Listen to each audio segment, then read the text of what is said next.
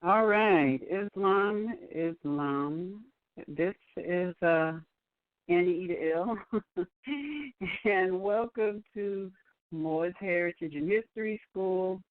Uh, Having a little bit of technical difficulty, and I'm trying to get the sound working so that I can bring Roz and RVBey in. And, of course, this is the time that my computer decides to act up. So just bear with me for a moment while I try to correct that.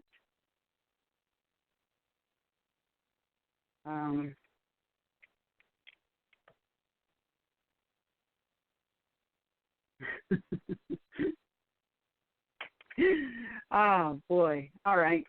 While we're waiting for that to correct itself, I want to talk. What I'll do is I'll just talk a little bit about some of the some things that are happening across, or I should say, across the nation, as it relates to nationality, law, and some of the things that we are experiencing. A lot of times we look at these things, and we have this thinking that we don't have any control, when in actuality, all of the control is actually in our hands. We just need to go within ourselves and reflect on what really is going on. And we'll find, once we do that, that things are not as out of control as we thought they were. But in order to get to that place, we have to first go within and reflect.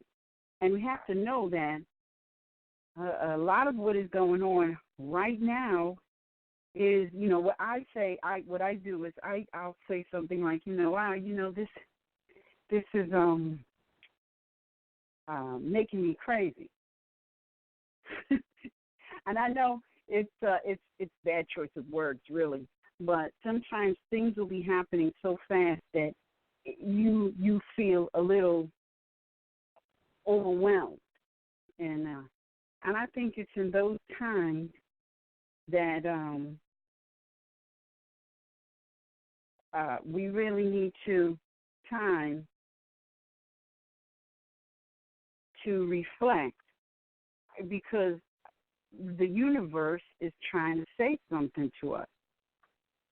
And sometimes that's the only way that our attention can be redirected. So we need to really pay attention and, don't look at things and don't think things in terms of, it's not going to happen, or, this is going to work against me and all that. It's a challenge, but we have to, it's this thing. It's very simple. It really is. The prophet gave us everything, and a lot of times, we complicate it. And I've been having this experience that it's like I'm finding that I'm overcomplicating a very simple thing, and it all takes place and it all happens in the mind.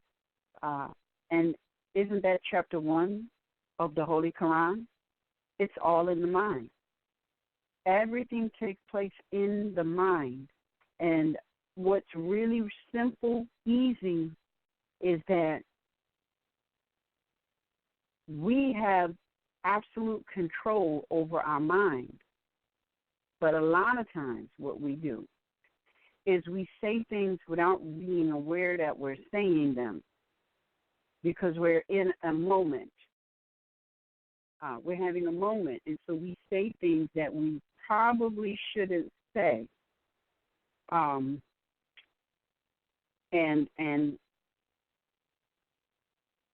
it is that what we say that goes to work, so to speak.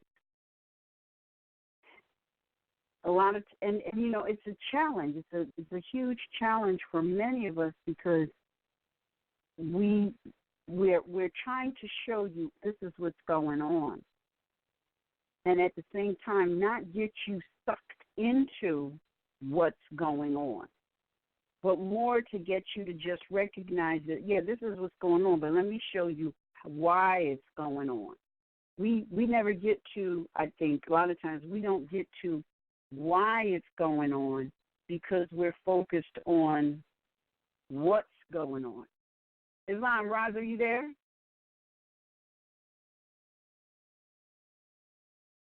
Islam? Roz? Yes. Can you hear me now? Oh, yes.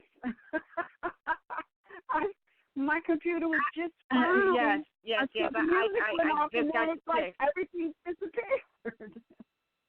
Really? Yeah. Yes. Oh, you wow. You need a new laptop or something? No, I just, you know what, I was just on my big laptop, and it just like, I don't know what happened. It just went like pause. So I'm trying to get it to. This probably needs a break because I've been having it running all the time, and it's probably getting a little hot. I probably need to put the fan under it, and I haven't done that yet. So she's probably a little hot. You got to do that. You got to have that fan under it, and if it's an IBM, they crash a lot if they get hot like that. So you have to either fan or shut down and reboot it back up again. That's one of the features. Yeah. Yeah. So that I could tell, see, because I knew you were. I heard what you said, so I was waiting, and you know, it was all good with me. But I can also tell by the way you were speaking. You were speaking and doing something at the same time. So continue your dissertation. I had to go to the other computer and fire it. Well, good thing it was on because I was, you know, people don't understand, man. We be working on 2-3 computers because it's just that much work. So I had to go run to the other computer, and I'm just glad I didn't shut it down. So I was able to get it rather quickly. So now that I got you on the phone, I can go try and figure out what's going on with the other computer and still talk at the same time. That's the magic of multitasking. Right. But you don't need to worry about that right now. We're going to get into. You were going into some. You were making a presentment. Yes. I was saying, you know, we get like really into what's going on, and it's like our intent is to let you know why it's going on. You know, in terms of, well, how did this get to manifest? And it's like we never get there because we get stuck into talking about what is going on. And you know, and I had to say that about chapter 1 of the Quran because look, chapter 1 is where it all begins. It tells you how everything gets started. It's in the mind. So now, whatever we're dealing with it because it is first in our mind, and that's why you have to pay close attention to what is going into your cranium, what's going into your head, because that is what is going to manifest. And look at what we are experiencing right now, and then know that we're experiencing that because that's what we focus on. It's not a bad thing to look at what's going on, but we shouldn't stay there because staying there keeps that going. We need to, oh, yeah, I know, like for example, if, let me think of something like mild, you could be thinking of something. I don't want to say nothing negative because I know how the mind works.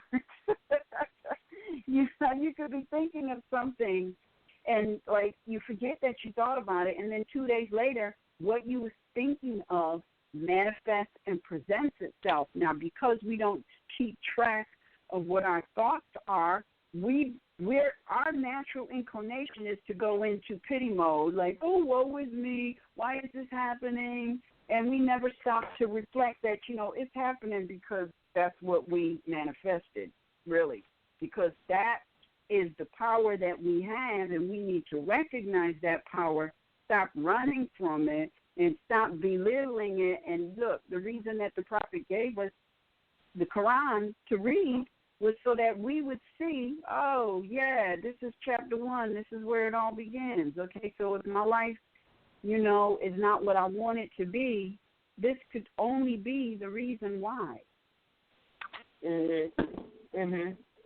That's it. Nothing else.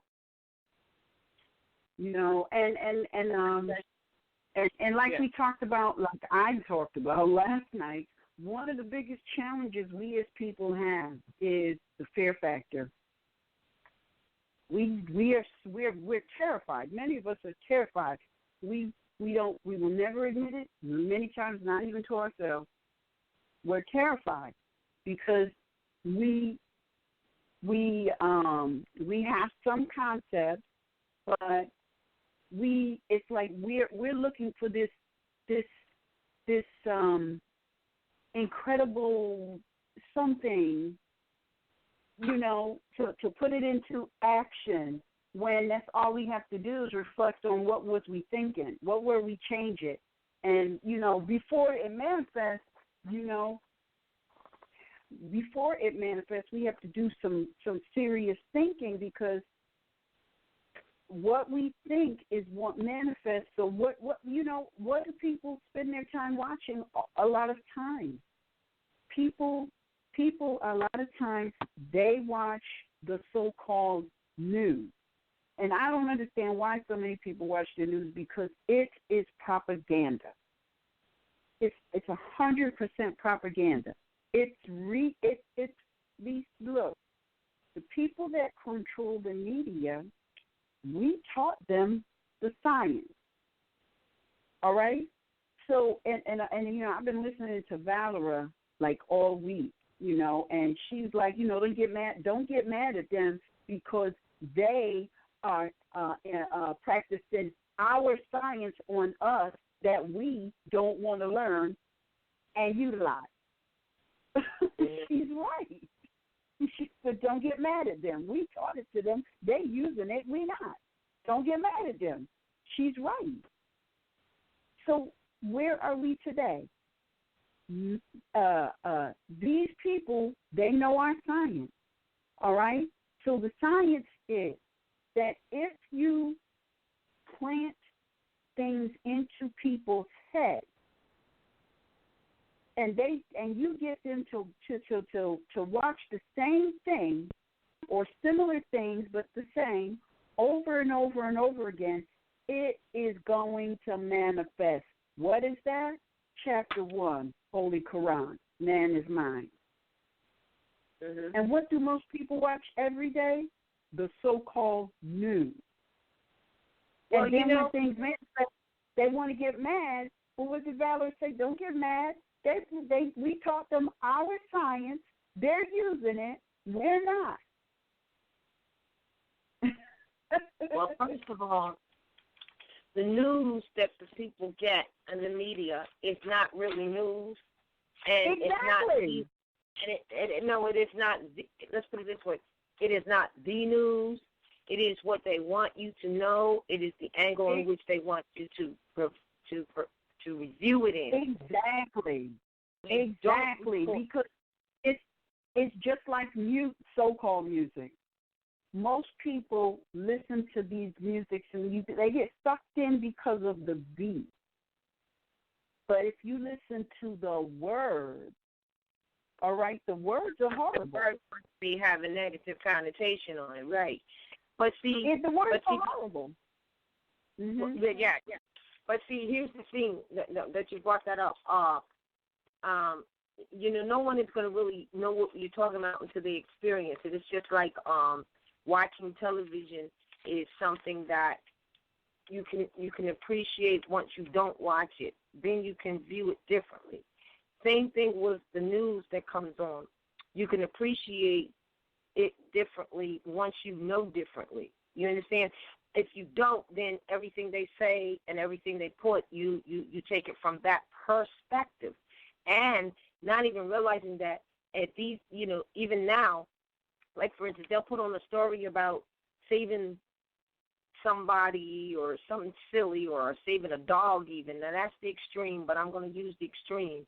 In the meantime, they're killing people in the street over traffic. They're arresting them. They're bodily harming them. And then they put on the news something about saving a doll baby or for some sick child or a dog or something like that. See, that's enough to make you realize something is seriously wrong. Now, people who are not grounded in right information can really literally lose their minds right now, because that type of activity where you have, let's save the dog or let's save the doll baby for the little child, and at the same time they're shooting people down and arresting them for traffic or killing them, which is just totally lower self. Like, the two of them don't mix. And if you don't know what's going on, you can really lose your balance of mind, which is the intent. Because, see, one of the things is they act like everything is hunky-dory and everything is okay. They want you to think that everything is hunky-dory and everything is okay through the media information that they give. And, again, as I said, they always put a slant on it. But the real deal is they're not even reporting the real news. They're not even reporting what is really going on at all. They're recreating. Right. So, because what I want to say is that I had spent time where I didn't have television. Not because I couldn't have had it, but I had moved and I just hadn't hooked all that up at the time. I was busy and stuff like that. So I spent a year or more, almost 2 years, without TV at all, so I can appreciate it. If, like, there's a few programs that I do enjoy watching or looking at or whatever like that, but that being put aside, the other stuff that we're talking about, the propaganda stuff, it is really sickening to, like I know what you mean about when I, like, say, turn on, say the news. I can't even watch that crap because it is so convoluted. And, it is really so convoluted. The same thing, like when we talked about last night, someone's going to talk about a case law that somebody put in saying that the Moorish nation is a corporation, right? They'll talk about that.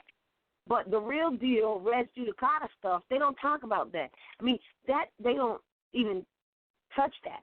So that right there lets you know this is crazy. This that's going on now is really what has already been prophesied, of course, prior to the prophet and prior to him, even in the ancient writing. When they say he shall fool even the most elite, that's what everybody is living in. If they haven't girded themselves up on this information, when they say that they're going to the pits and want to take everybody with them, that's what's happening. So even those who read the Bible and call themselves Christians for the lack of not knowing anything else or whatever reason, this is what the times that it is. And it is so obvious when you have knowledge to look at this stuff and see the bull, the convoluted, the propaganda. It's so clear, but it's not clear to others.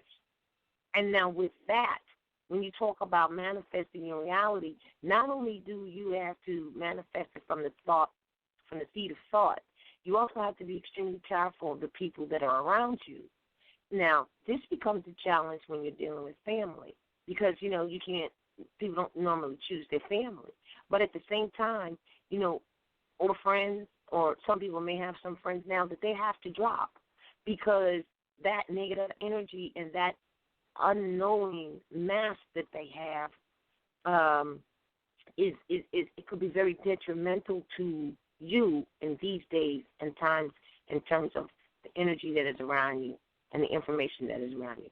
And it's everywhere, So that needs to be added into the mix in terms of watching what you listen to, what you look at, what you take in on a television or media, but also what you look at, what you take in your immediate cipher, because it can be very damaging.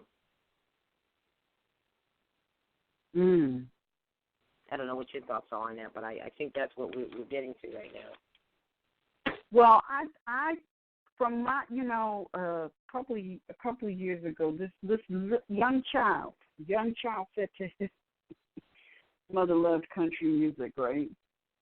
And he said to her one day, he said, "Ma, you should stop listening to that music, and then you won't be so sad, and your life might be a lot better." Well, so, yeah. When he said that, when she told me what he said, it made me think. I'm like, well, country music is not. I like country music. Country music is real, but most country music is like a lot of R&B music today. It's like terrible relationships,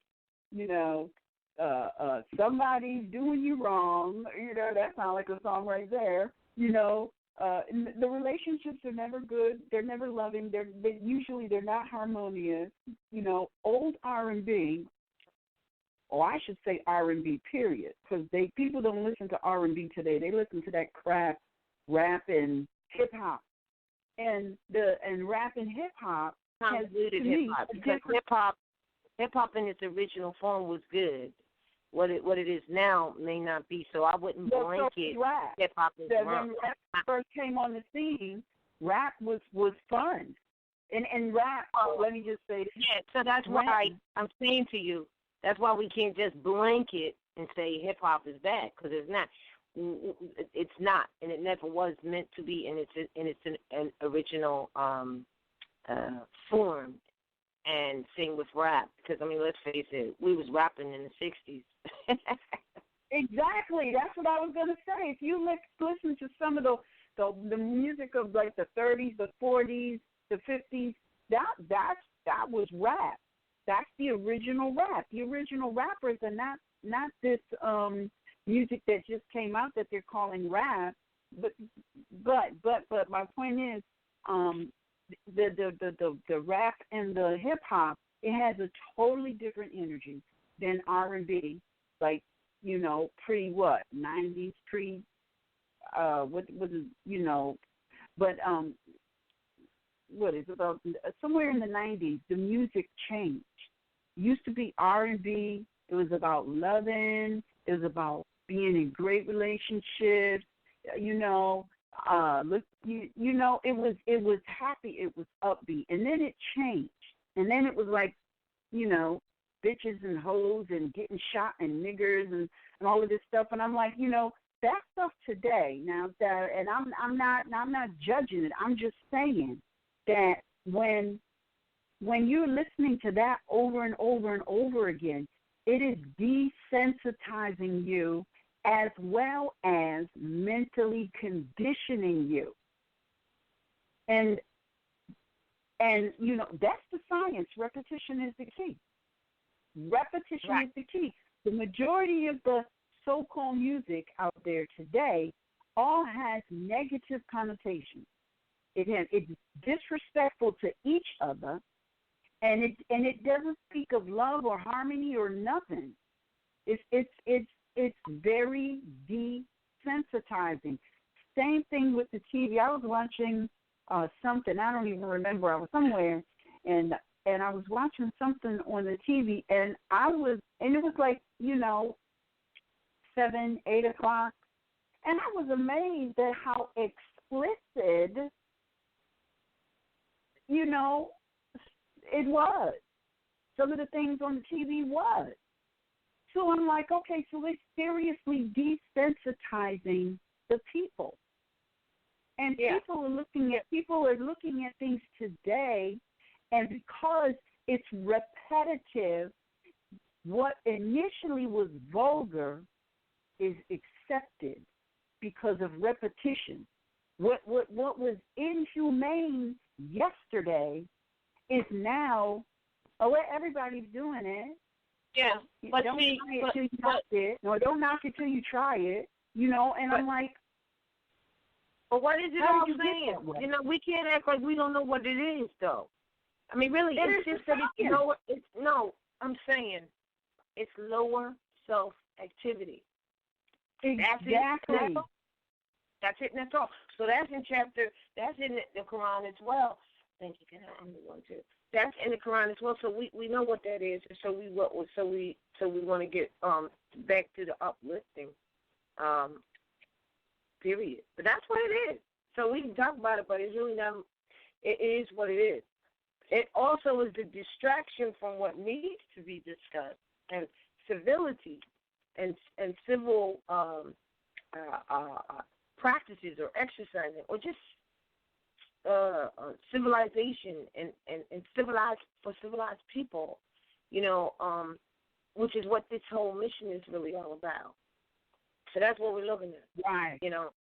And I found, like, and we talk about this all the time, and this whole issue of nationality, birthrights, a whole bit, civics for the rising generation, civics for civilized people. What's really going on is nothing but a display of a bunch of lower self-activity. And once we realize that this is where a lot of the spiritual and divine comes in terms of uplifting, society, or uplifting fallen humanity, because you have to recognize that that's what we're looking at. Period. So all of it can fall right under that heading, and then, we need to recognize to build our own character. Chapter 5 of the Circle 7 on the Quran, and which is character building, and then what is going on, where you said earlier, doubting or not, or using your mind to doubt or to create your own reality, because that's what it is about. And people, many not being able to do that because they don't know that, or because they're so, as you mentioned, desensitized with these other things, that they don't. I mean, the pendulum can only swing but so far. And when everyone realizes that man is mind, and that, that there's eternal life, but it's not, definitely not in the physical here. So therefore, all of it is greater than all of that. You know what I mean? Like, we got to recognize those things as being just simply the lower self. When you read what the lower self is and what it means, so that's the mission. In the meantime, when you said, and I want to talk about that, when you said that no matter what it looks like, the prophet said no matter what it looks like, it's all going to be in the hands of Moors, right? And you had said earlier, and I was listening to you, and I was like, okay, all right, because I know what we talked about and what we be thinking, and how everybody kind of gets down sometimes. I'm going to use the word down for lack of another word. And you was bringing it like, look, hey, no matter what it looks like, it's all going to be good, and it's all a matter of how you want to handle it. And a lot of this stuff that's happening, that desensitizing on TV, that whole showing all of these murders on TV and all of this stuff, I mean, it's like it happened yesterday and it's all over and done and gone, and everybody's back to their regular life. But that can't be the case. Everybody's not back to their regular life. They're lying to themselves that they are. So what did that do? Stirred up the pot. In the meantime, it stirred up the pot in such a way, and then you still have places that are still going out and violating, and as a matter of fact, they're violating people's right and liberties, and even more than what they were before, if you ask me. Tell me to a degree even more. See, we thought that, all right, we're going to do this and we're going to expose this and everything's going to be hunky-dory. No, it's a quiet war that has been waged. And it's not a legal one. It's an illegal and informal one, so it's not a declared war. It's just the activities of same. And so it seems that it stirred it up. And then they were like, yeah, we're going to stir it up. We're going to show you that we cheat in the street. We're going to continue doing whatever the hell we want. Like, I don't know about this, but I heard that the state of, someone said, we always hear about things that people say a state said. The state doesn't have authority to say jack, because what keeps them in check is the law of this land, which is a divine document, which was scribed by our ancestors, and it keeps them in check if we would enforce it like the prophet said. So I think that everybody's being forced to make changes to force them back into the constitutional form of government and into enforcing that. Period. That's the only thing that should be important to all people at all times today, is the enforcement of that. Not allowing the state to say to you, well, you got to have a state ID in order to be on the street or whatever like that. It's not their street. So now your position has to, I think Moors are really forced to stand upright, independent, and fearless now, just like the prophet said. They are forced to do so. I mean, they have a choice. They don't have to, but as far as what's going on, they are forced to do so, because you can't turn back once you know the truth. You can't turn back once Pandora's box has been opened. You know what I'm saying? It can't be closed again. So now, but you saw how people say, well, the state says that, you can't do this or you can't do that. The state does not have the authority to say that. If we were come together as family, one family bearing one free national appellation, right, which is our title, right, RVBey, we could handle it very quickly and as a matter of factly, if we were all on the same page with that simplistic fact that is not prejudice to anyone, nor is it an opinion for anyone to try to make an opinion for. It is a matter of fact. It is the thing in the middle of the room that is that goes for everybody around the circle, everybody, no matter what. And no matter what we think we are or what we're doing, if we could do that. One thing that I find, and I know you have too, is that a lot of times we get too caught up in them doing commerce and forget. I was just talking to someone earlier today. I said, look, doing commerce and being commerce is two different things. We can keep coming from the perspective of commerce until their commerce is shut down, because they only had the authority to do commerce because we gave it to them. You understand what I'm saying?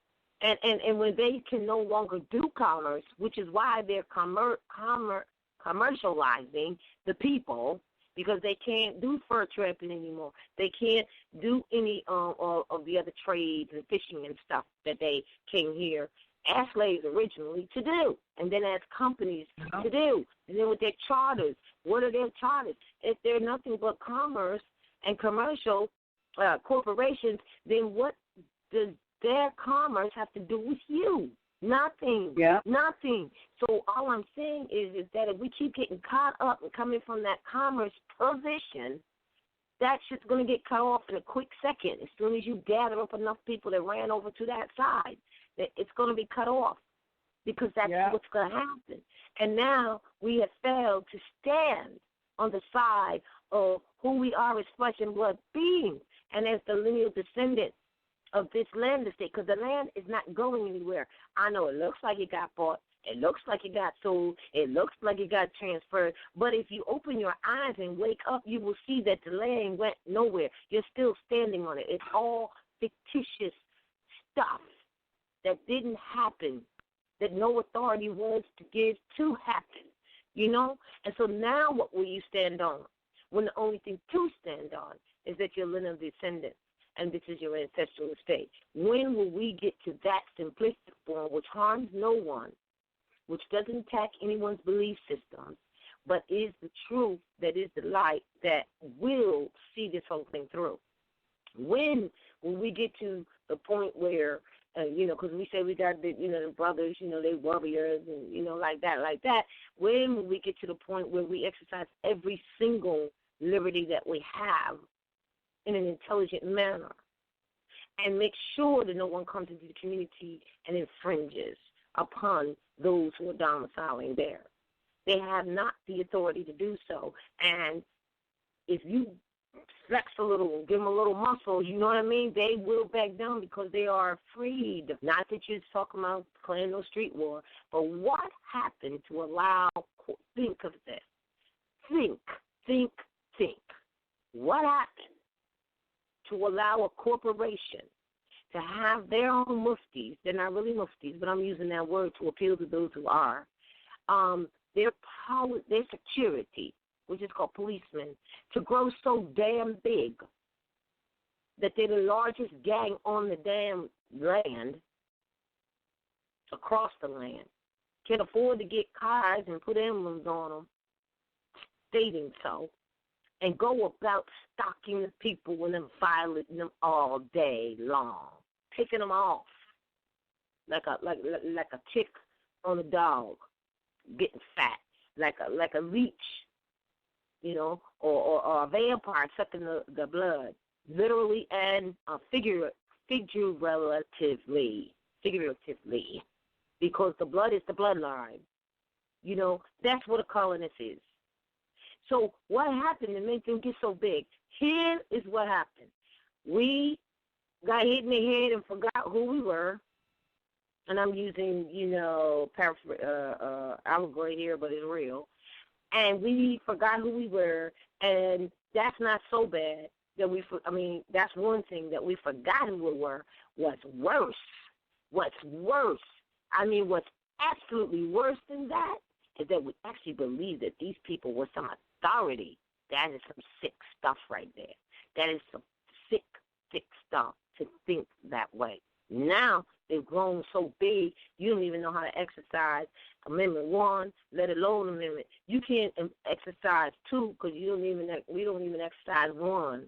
We don't do none of that. And when I say exercise, I mean recognize the limitations that they have with it and the limitations or the non-limitations that you have with it.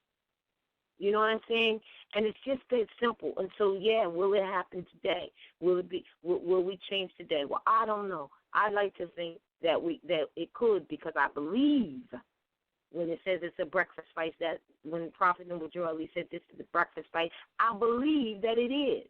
Because one day, one night, and one morning, it will be over.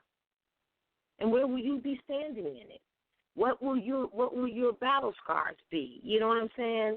Or where will you be? Will it just really be for the young and yet unborn? It's gonna happen one morning. One morning, it's gonna be like that. So it could be you today, and you in this glory, if I could use that word, tomorrow. It could definitely is gonna be the youth, if we could get them to stop stealing the babies from the mothers. So how do you stop stealing babies from the mothers? We already know that's their intent. So make sure they don't come to the mother's house and take the babies. That's what you do. It's just that simple. I know it sounds simple, but it is that simple. And so now you can get into, now as far as, I was speaking with someone about schools, institutions, what is for the future? What is the vision for the future? What is actually going to be in the future, whether we have the vision or not? It's going to go down. What is needed for the future, whether we recognize it right now or not, it's got to be, and that is institutions of learning. So when the children are, if we would start now with our children not being in those institutions of these modern European corporate structures, and start talking about, it's a public school and I pay my public taxes, and so therefore I'm gonna tell them what I want them to teach. Yeah, you go do that. I've been watching that try to go down for 20, 30 years now. Trust me. for, about almost 30 years now, for real, maybe 25.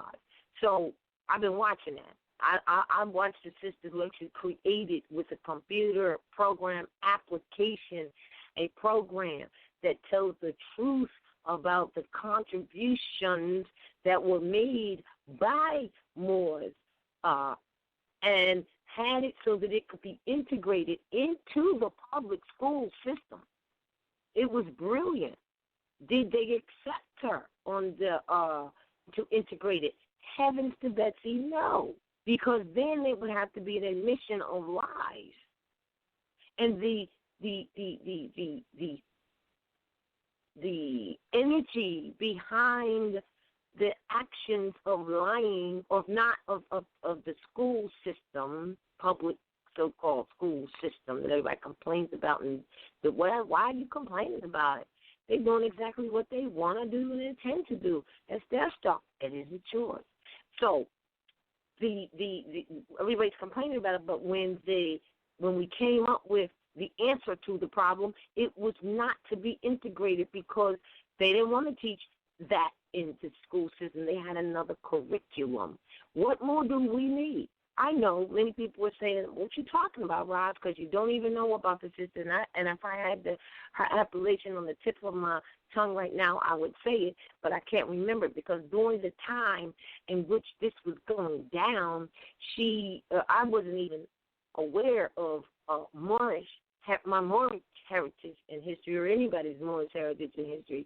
I didn't even know, but I know that I saw her program. I know that it was talking about the contributions at that time that you would call African Americans made to the American culture, right? And it was really awesome. And I'm sure she was baffled about how they didn't receive it because it was the answer to the lacking information. They didn't want that information in their schools to teach your children what they want to condition them to know. They don't want to do it even now. It's not going to happen. It's a fight. It's a true tug of war because you done stripped it down. People, listen to me. We done stripped it down to the fair seeing of what it is, all right? And what we keep calling the system. We done stripped it down. They don't want to teach that. They're not going to teach that. We have to do that because it's our story. It's our truth. And I say, and then we're going to yield the floor on this, if you do not know your history, you cannot know law. Islam.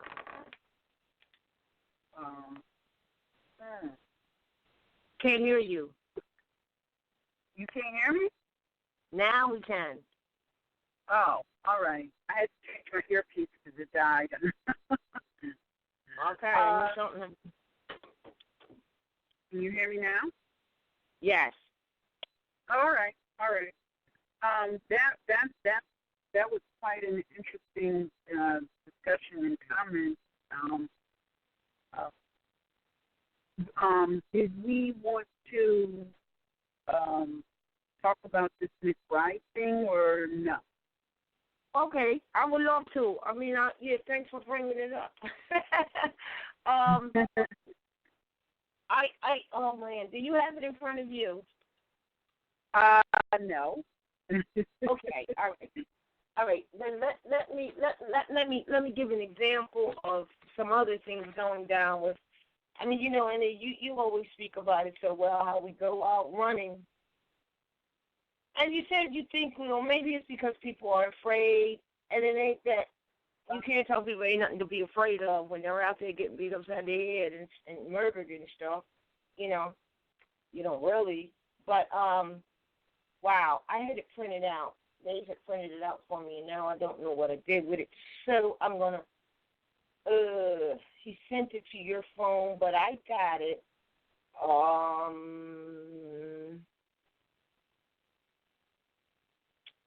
James McBride, the Divine Province. Now, I know this happened 2 years ago, but I do not know why I didn't know about it. All I remember knowing about was Moors who was telling me that we need to follow James McBride. I remember that. And I asked someone who sent me a copy of the proclamation that he was doing. And you know what? I'm getting a different James McBride as a musician. Oh.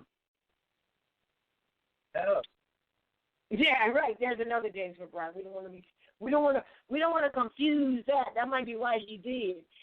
He's a musician and he studied composition. I ain't talking about that James McBride, but that might be why this modern European named James McBride was able to get this off, but he got convicted and charged because he said that he was working with the authority of the Vatican and making up.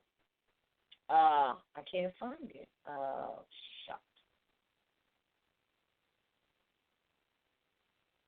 With the authority of the Vatican, and he was making up identification cards and having people pretty much like what we do, and that he was making them up, and he was telling them to send proclamations and stuff like that, right? And they charged him because he said his authority came from the Vatican, which everybody knows that's not true. And so with that, they arrested him. But his activities sound very much like ours. So I know they wanted to put that out to make it seem like, oh, well, don't do no proclamations and send them in. But he was saying that everybody was an ambassador and also that there was something else. And as soon as I get a hold of that piece of paper, I apologize. I think they can send it to me again. It's in the first line of it that I believe was text to you, if you could get it. If you can, I understand. But the reason I wanted to bring it up, and I really can't do that until I read that first line, and I can't read that first line until I get the paper so that it clearly shows you what he was doing. Now, it's funny that the other day when I would punch in his name, it came up with some different stuff. They done took all of that, I guess, off of the internet now so that you can't find it. Ain't that something? Isn't that something? But I printed it out. So if you could give me a second to get it, because I did print it out. And do you have it? It was text, I think, to you. Hold on a minute. Oh, all right. Let me see if I have.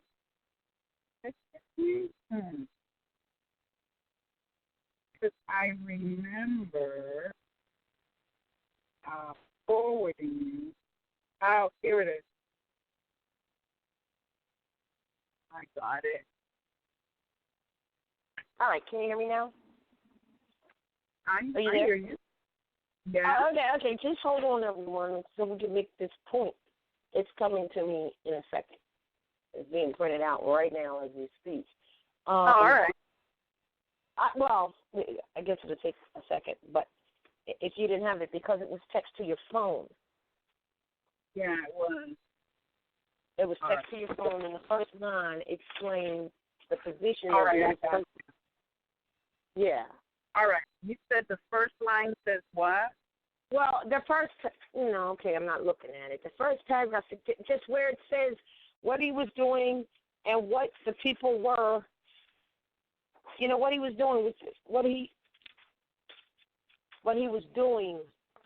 Okay. Mark McBride was indicted on May. Well, not that part, but he was indicted. But the other part, what he was doing, what he was creating.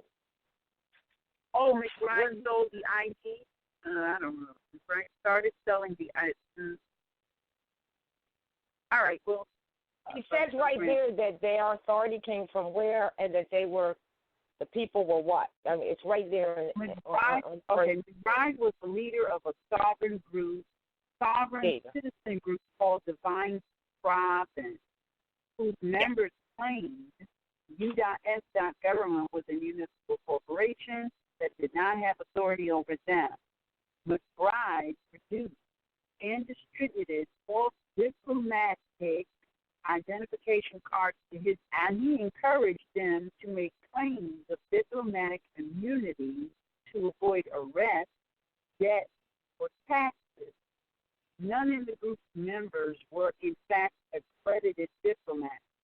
McBride started selling his identification cards in September 2012 at a seminar he organized in Herndon, Virginia, after he started selling IDs from a website and shipping them around the country. McBride sold the IDs in pairs, one that identified the holder as a universal post office diplomat, and another that for purported international diplomatic driver permit for approximately 200 notes. The defendant also encouraged members to send copies of the ID governmental agencies to notify them of a member status as a diplomat.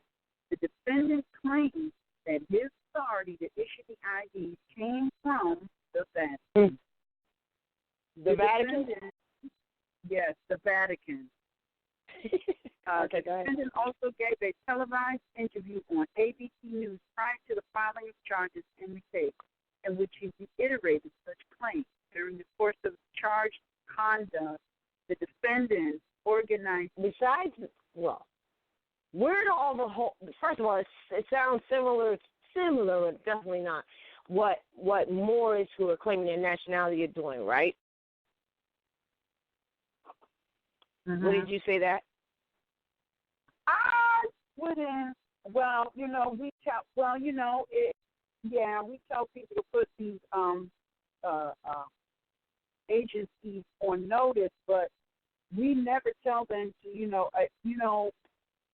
We've had Moorish come and talking about, we want a diplomatic immunity card, or we want a diplomat card, and we keep telling Moorish that you can't be a diplomat in your own. Mm-hmm. This is why the prophet said to study. Diplomats are for foreigners who are not indigenous, that land mass. Right. So this is what I want to try to identify. What's the other thing? Postmaster. That remember people were talking about. General. Yes. This is where they got this from.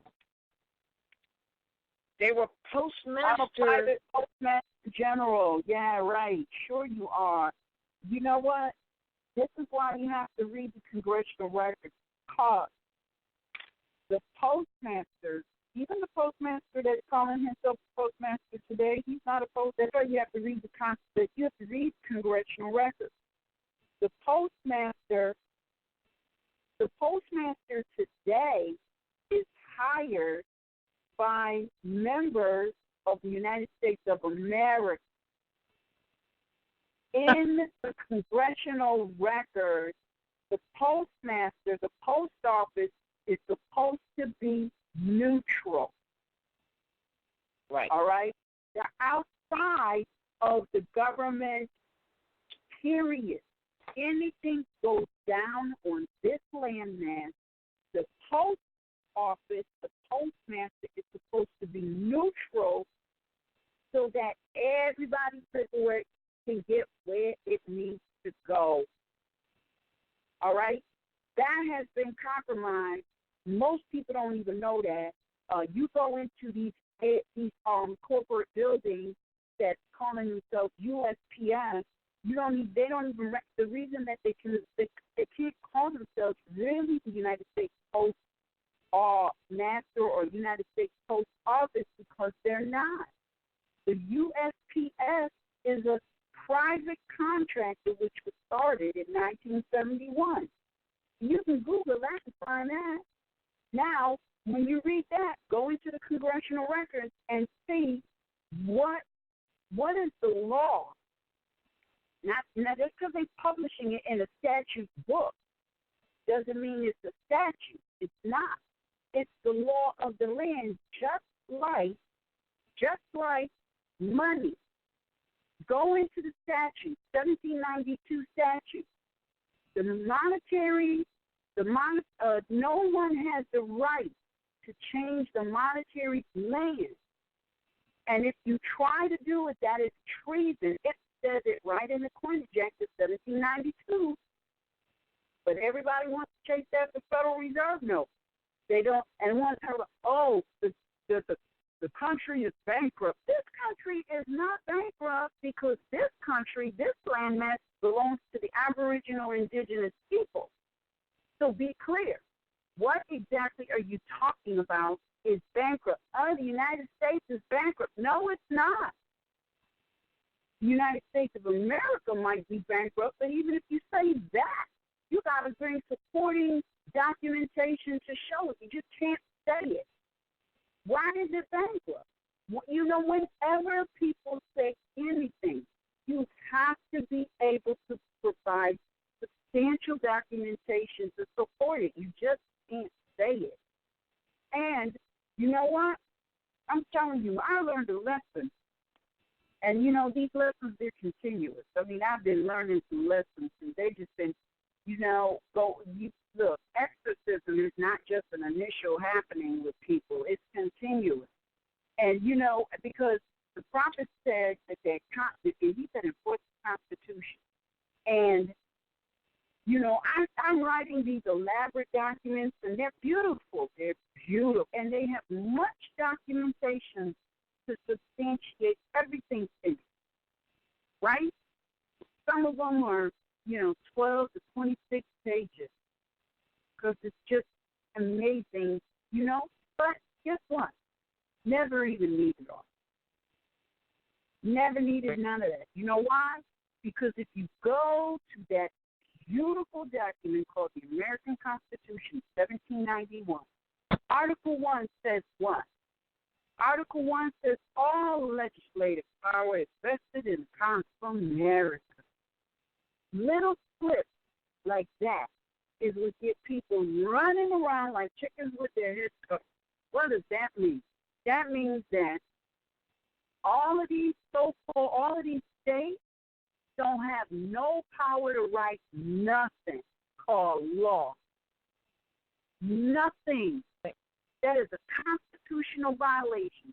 So all of these states that's talking about in the state of Connecticut or the state of New York or the state of Florida or the state of California or Jersey or the state of Ohio, all of these registration and insurance, can I see the law for that?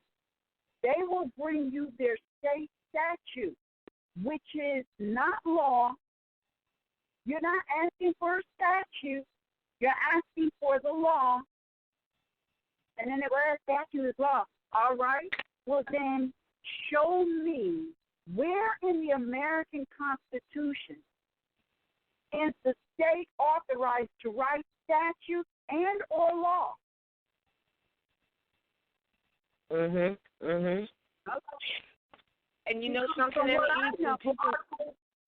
Go ahead. No, because about legislative power. Go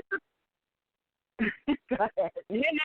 I would bite that to chop. Go ahead, finish what you. I just wanted to add while you're saying that, because I was trying to think of what people may be thinking when you say that the legislative power is in Congress to establish law, right? And then there's a whole process on how that's done. And then we show people why there ain't no law, there has not been any law, because all of that, even without the consent of the president, if Congress is in synod or convened, not convened, then nothing passes anyway. And that has been the fact for since what is it, 1861 or something like that.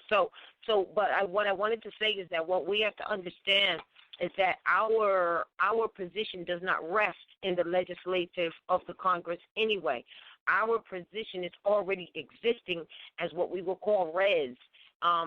Like you do in a trust or whatever they say, the res, the contents of it. The whole purpose is preserving the rights of the people, or what we're going to call res judicata, in its already existing state, which means it's already, like everything that we're talking about, it's already our right, unalienable, inalienable. Before the Congress was even formed, these things were already our rights.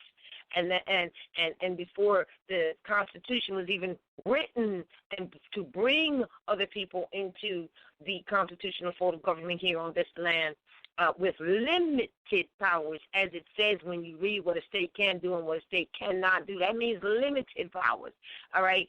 So our rights were already vested. They were already existing, and that's what we have to realize, and how we rise above, and I'm going to say rise above, but in our thoughts, we can rise above looking at the Congress to do something different or something like that. What you're enforcing and what you're standing on already exists. So I wanted to just make that clear, because some people want to get into the who, what, for is about Congress and, legislative powers. That is if, in fact, and that's Article 6, it says, Article 6, it says that, about the legislative powers. And wait a minute here. Let me just say, because I'm on a roll here with this, so we can really understand what's being said. Is that all debts contracted into and engagements entered into before the adoption of the Constitution shall be as valid against the United States under this Constitution as under the Confederation. This Constitution and the laws of the United States, which shall be made in pursuance thereof. Okay, and all treaties made or which shall be made under the authority of the United States shall be the supreme law of the law, and the judges in every state shall be bound thereby. Not they're going to think about it. And they're sitting there talking about, well, we don't go by the Constitution, letting you know that they are absolutely treasonous, and they're, not on it. So it says also anything that is in the Constitution or laws of any of those states that is to the contrary of what is already written in this Constitution, with the limitations that the states have, right? And inclusive of the limitations that the states have. Guess what? Any of that stuff just doesn't have standing. So as a Moor, don't stand for you anyway. It has no standing. So what I'm saying is that, yes, the legislative power rests in the Congress, right? But then they don't have to make another law at all. No new one needs to come out for you to stand on who you are and that which is with you already inalienable and unalienable. So whether it ever makes another law, you still got to stand on that. Don't look towards that, because all of that has become corrupt anyway, and Congress is Senate there. So, like I said, if they don't make another law, you still on it. So I just wanted to clear that up for those who are thinking that something has to come out of the Congress in order to free them, or in order to give them their rights. Your rights, your liberties never went anywhere. They're already there. You just have to reach out and exercise and know them, So go ahead and finish what you were saying. I want to add something else later. Yeah. Yeah. So, we're running around, and we're really looking for a lot of stuff. And this, I had to take a nap and wake up. And when I woke up, I was like, Article 1 says that all laws, all legislative power is vested in the Congress. So what are these people alleging to have written that they call themselves imposing on the people? And so when I started thinking, I was like, they don't, And I was like, I said, I've been listening to Babylon for like 2 weeks now, I think, since the lecture on Sister Standing on Law. I've just been listening to it. I love to listen to her. I mean, what she says is timeless. It's just, and it's so on point. So I'm listening to her, and then she's like, Article 6 of the Constitution is the only thing that applies for Moors. Basically, if we're not violating the treaty, the only other question is, can we have a contract? And I'm like, she's right. She's right. And now the question, see, when you go into these tribunals and you meet with these modern Europeans, they can bring, we got some Moors that's out there doing some shady stuff, and it's all because of fear. It's all because of fear. See, and lack of information. It's fear and lack of information. We hear it all the time. People will be like, oh, I got pulled over, and they ask me, what are you doing? And what do they say? Oh, I did so-and-so because I'm a Moor. Yeah. Well, why don't we have jurisdiction? Because I'm a Moor. No, you're going to have to come with more than that. That our people, our history as a people, our ancestors, no, that would never be the answer. Oh, because I'm a Moor. No, that is not it. And that doesn't mean you have to give a dissertation on the history of the Moors. Not that either. All right, it's right in the 101. Why are you a Moor? Because you're Moroccan, born in America. Right there. What is your line of descent line? Moabite. What is the modern name of the Moabite? Moroccan. There it is. That's it. That's the bloodline. It's not from here and they're from over here and 1% from Alaska or New Zealand. What are you talking about? Was you the bionic man and parts came from all over the world and you was put together? That is so ridiculous. You know why? It's just that simple. All right? It's just that simple. And the interesting thing is that these people who are sitting in these seats in these municipal corporations, look, I don't care what they say, they are the lawbreakers. They are the lawbreakers because they're sitting there and they're trying to impose English law, al-Murak, on American soil. And you're going to try and call me a criminal? You're going to try and bring these frivolous charges to me? And you sitting here violating the supreme law of the land? Go in there talk, veterans don't go in there talking about the Constitution because they can't talk about it. She's right. That's why you got to sue. Mm-hmm. That's why you got to sue. You go in there, you try to not hear presentment. They can't have conversations. They can't discuss it. That's the case law, is it not? Is that not the case law? Military officer is competent. They can't hear nothing. You talking, but they can't hear you. And we getting upset. Self-included. Because that was my frustration this week. Last week. It was probably about 2 weeks. That was my frustration. Oh, why can't they hear me? Because the law, they're incompetent. Right. They have no judicial powers. Right. I put it down. I told it to him. I was eloquent. I was sufficient. I brought substantial documentation. Why can't they hear me? Because the law says they can. Someone in a court that can. Yes, exactly. And that's why you said, look, that's a different venue. Don't be in there trying to bring, it's just like, right. Don't try to bring, it's the same thing as don't try to bring statutes and codes into a federal court either. You know what I mean? So you got to know what the venues are. And they will rah-rah you and all this stuff. You just got to, like you said, sometimes you just got to know when to stand mute because your papers precede you and let them go through their little changes, and you'll be surprised at the end because they usually will give you some sort of window.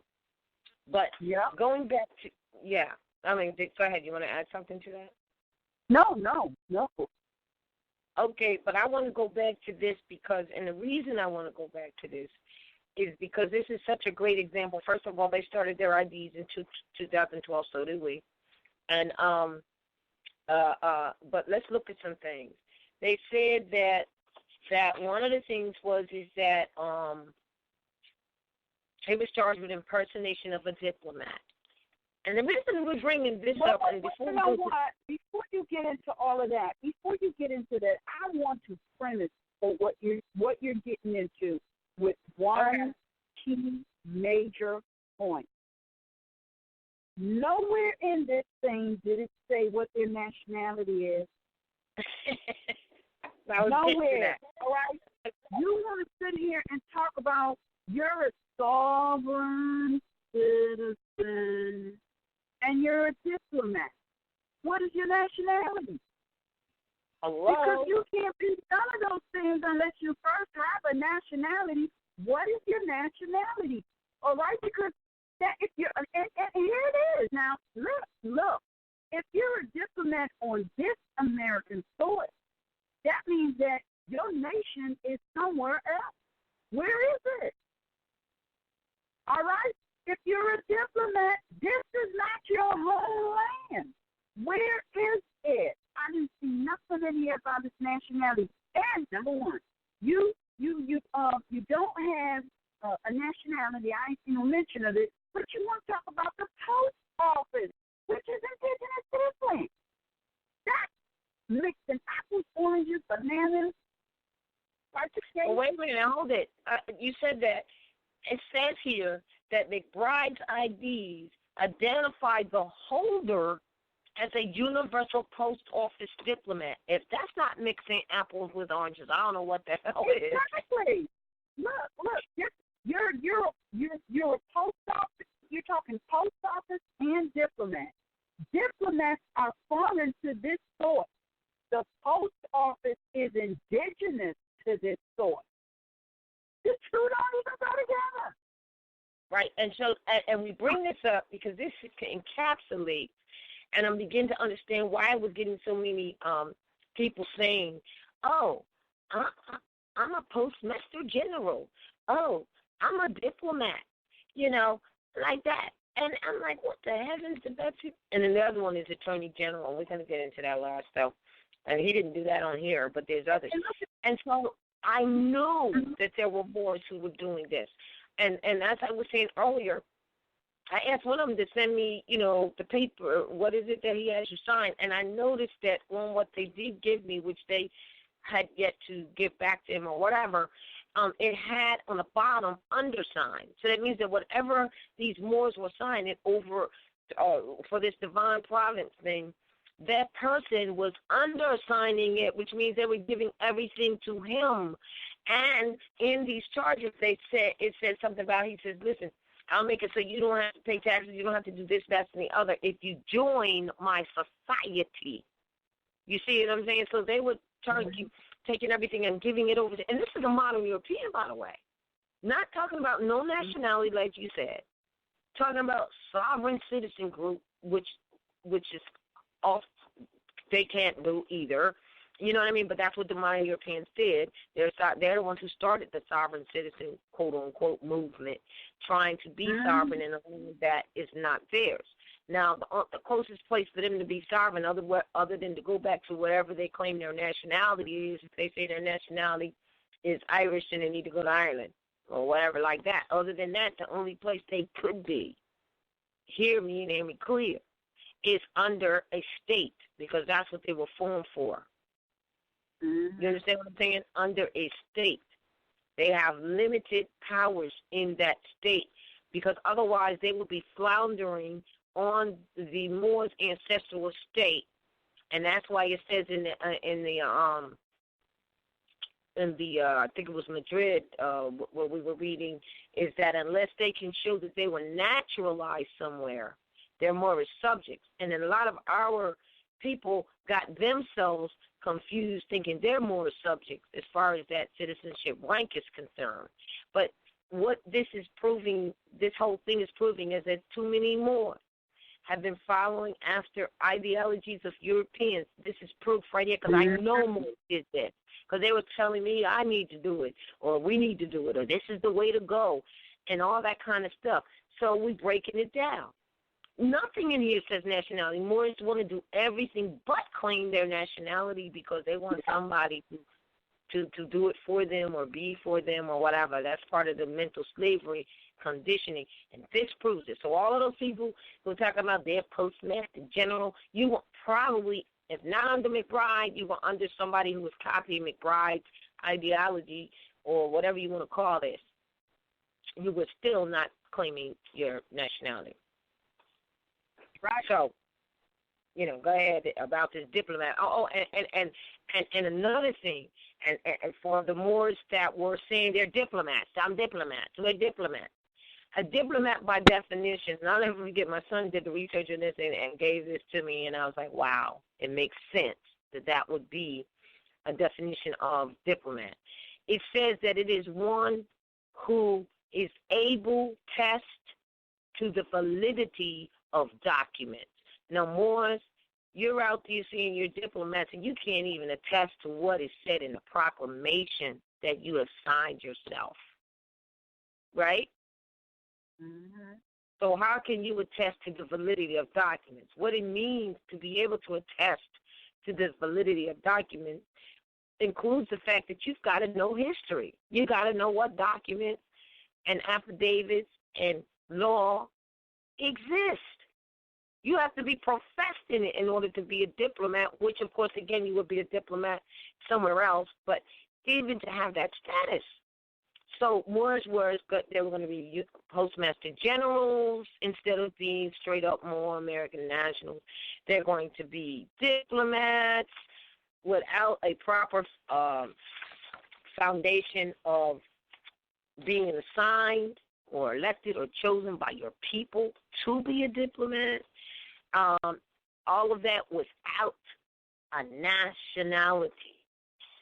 Crazy, because you can't be a diplomat for anybody unless, like you said, Anna E., you got a daggone nationality first. Mm-hmm.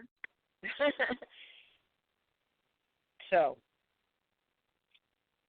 there were so many, man. They were like really stanky about it too. I'm a postmaster general. I had some people send me mail with their face on it with a stamp that they were the postmaster general. Did you ever get one of those? No? Say that again. For what? Oh, I had a couple of people send me mail with their face on the mail, on the stamp, telling me they postmaster. You ever see that? No. The only person, I ain't never seen that. I only know one person who did something like that. I got it in the files.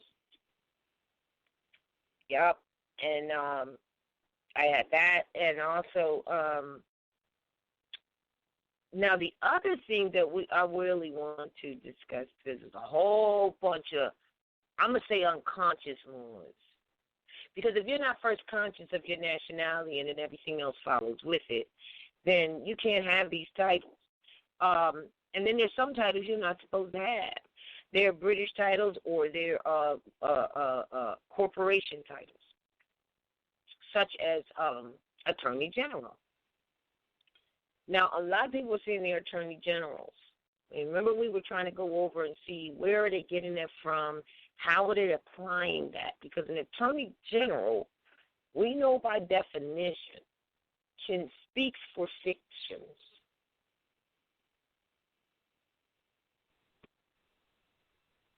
Are you aware of, did you get any other information regarding that?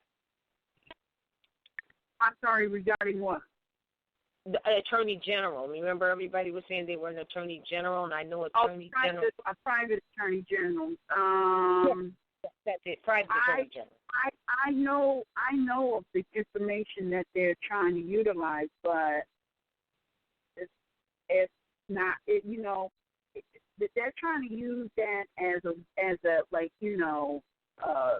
a shield. Okay, I'm a private Attorney General. I'm shielded. You can't bother me. Just like they do with the proclamation, name correction, and national identification card, they use it as a shield to say, "Oh, you can't touch me because I got this shield." Not that it has nothing to do with the or they don't want to study and know because for some reason, and I'm not saying for some reason, we've been mentally conditioned not to be able to stand up and talk with self-confidence. Our people, they don't know how to talk. That's not been the training. All right, so they're so conscious about having to stand up and talk to anybody, especially in something that looks like a real court. They don't want to do that, so they figure if I can just get a shield that I can hold up whenever I'm in these people's presence or whenever they confront me, then I'm good. So that's why they chase after all these different processes. They want to be a private postmaster general. Well, because in law, the postmaster can't be touched. So if you're a private postmaster, you can't be touched either. But you're really not a postmaster. There is no postmaster. But, this is why the prophet said to enforce the Constitution, because if you enforce if the people would just enforce the Constitution and stop running after all these different processes, we'd have a valid, constitutionally sanctioned postmaster sitting in his seat right now. But we don't. Mhm. But you said we would have our own postmaster. Huh? You said if they would, we would have what? Our own postmaster? We would have a valid, constitutionally sanctioned postmaster sitting in his Oh, right.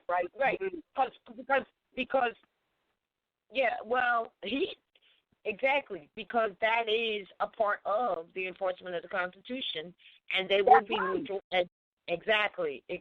But because we have not enforced the law that we laid down ourselves, everybody has gone amok and grown huge over, over the corruption of it. People always say they. This is a plan, that has been put in place. But the correctness is already in place too. That's what makes it. That's what the prophet says truth and falsehood is strangely mixed. Because what is correct is already there too. If we would just step into it and chasing after societies and this guy's going to make me a universal post office diplomat. And, this one's going to, under the authority. Now, I'd like to know, and Ada, I mean, I know you studied a little, probably more on this than most, or than most. I'm sure there's other people who have. What even made this modern European say that the Vatican gave him that authority? I just don't get that. Oh, I can tell you exactly why they think that.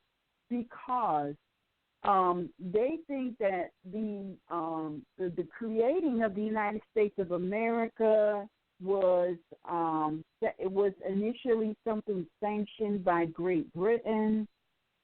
If you read the history, you would know the last thing Great Britain wanted to do was have these modern Europeans have a nation at all, much less one called the United States of America. Or the Union States of America. It's right in the Treaty of Verona. If they could have prevented that from happening, it would not be here today. So they had nothing to do with the establishing of the United States of America. But people have this theory, it is owned, it's a corporation, it's owned by by Great Britain, and that all taxes that is collected goes to the whoever's sitting in those seats over in Great Britain, because those are not the nobles of Great Britain. Those are the imposters of Great Britain. All right, but all of this finance that's being accrued is going to them. But it's is it really going to them? Because they pay taxes too. Hello. Right. How you gonna collect and pay tax at the same time? that don't even go together. But that's their thinking. Now, what I can tell you is true and correct is that many of these county, city, town, township boroughs that are created, especially along the East Coast, I think it is, those are corporations, or they were initially companies established by Great Britain. All of them. Well, actually, the original 13, what they call the original 13 states today was originally 13 companies. I got the documentation on that. All right? They were all companies, and they were running amok on American soil. They were treating their people just absolutely atrocious. Their people, those black Negroes that was coming out, that came over on the boat from Great Britain, because Negro and black don't mean your skin complexion.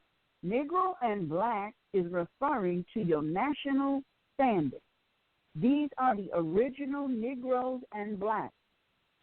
And so those are the people that came over on the boat. They got the boat lined up. You can go visit all of them. They got the names of the boat. They got the time of the boat.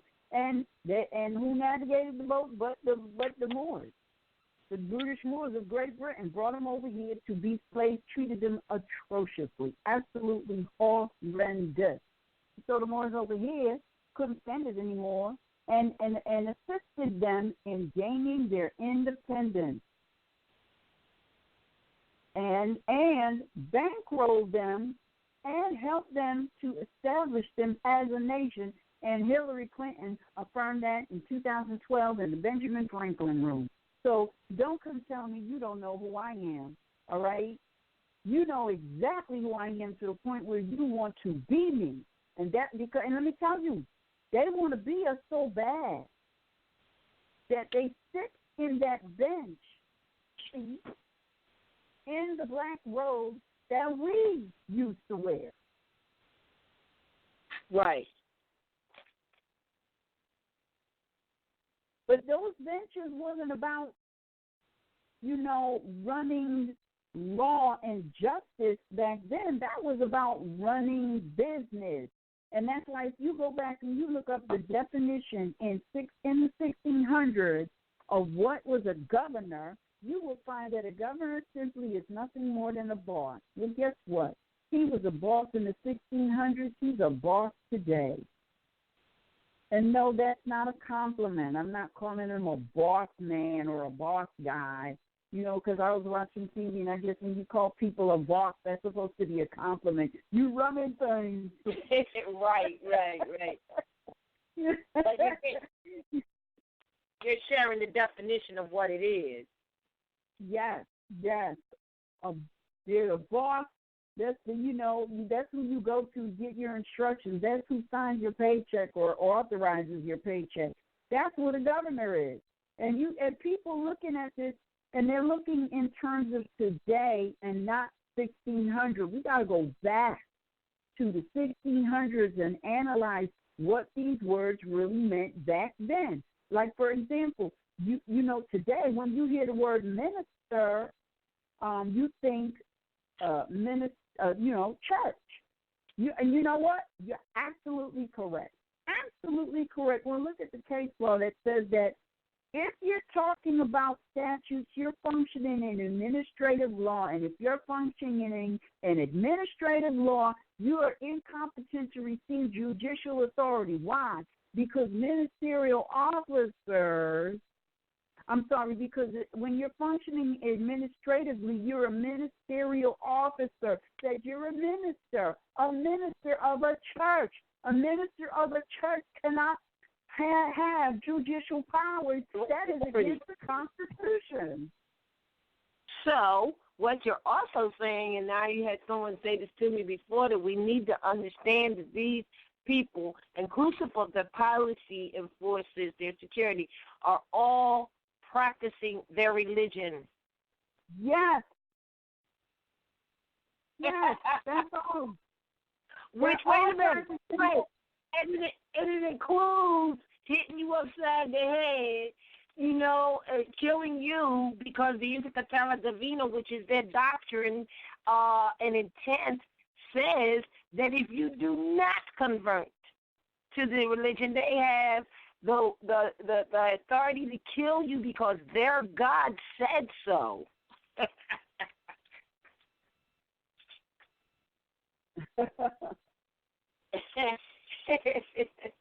It's not funny, but I'm glad you brought that up. And the prophet said, "Hey, you better declare your nationality and your religion." That's exactly because the two go together. They literally go together. And if you don't read it, you're going to miss it for real. This is why he said study. Now I know there's a lot of people that are listening to this, and they're just going to run based on what they just heard. All right? But I'm going to tell you right now, man does not know by being told. And if this is all you're going to do, you're going to get tripped up. You can't just run with this because somebody told you. You have to study this stuff. You have to go and you have to research and you have to know. And if you don't do that, you're going to get tripped up. And that doesn't have to happen. That does not have to happen. Well, it doesn't, but there's so much division amongst us. As soon as people get information, like you said, they go running, they start societies, they start groups, they start, it's we don't why they do that. That's exactly why they do that, because, look, and I said this week, I said, look, our people need to wake up out of the fog. Stop fooling yourself. The majority of our people, they've been mentally conditioned to not want to read, all right? Not want to look things up in dictionaries, encyclopedias, not want to, they'll be on the internet surfing, but they ain't surfing into the congressional records. They're not searching into, the state records. They're not searching and trying to find historical records. They in there on, YouTube and Facebook, and that's where they live. And that's where the majority of our people get information because they don't like to really study because they're in denial. That they're in denial of the mental conditioning that the prophet came to take us out of. You're still in the mental conditioning. Just because you signed a proclamation, name correction, and got a national identification card and listened to a few lectures does not mean that the mental conditioning is not deep within you. Oh, God, please say that again. Yeah. The mental conditioning is deep within you. I don't care. You got to think about what age did you find this information. If you found this information at 25, 30, 40, you got 25, 30, 40 years of misinformation deep into you, deep in your fiber, in your cranium, in your DNA that's working against you. And you really think just because you put a signature in red ink and a nationality card that you're free of the mental enslavement.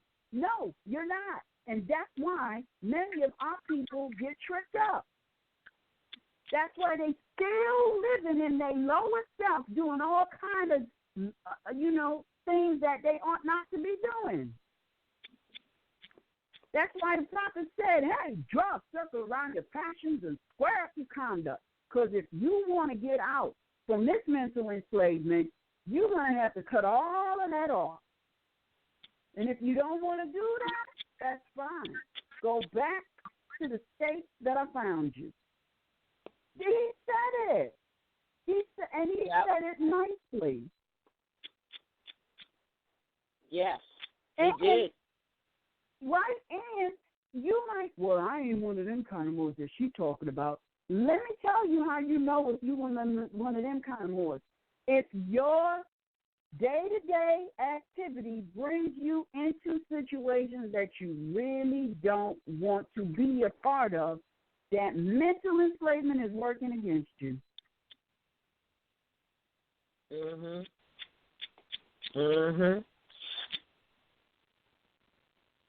But no, you're right.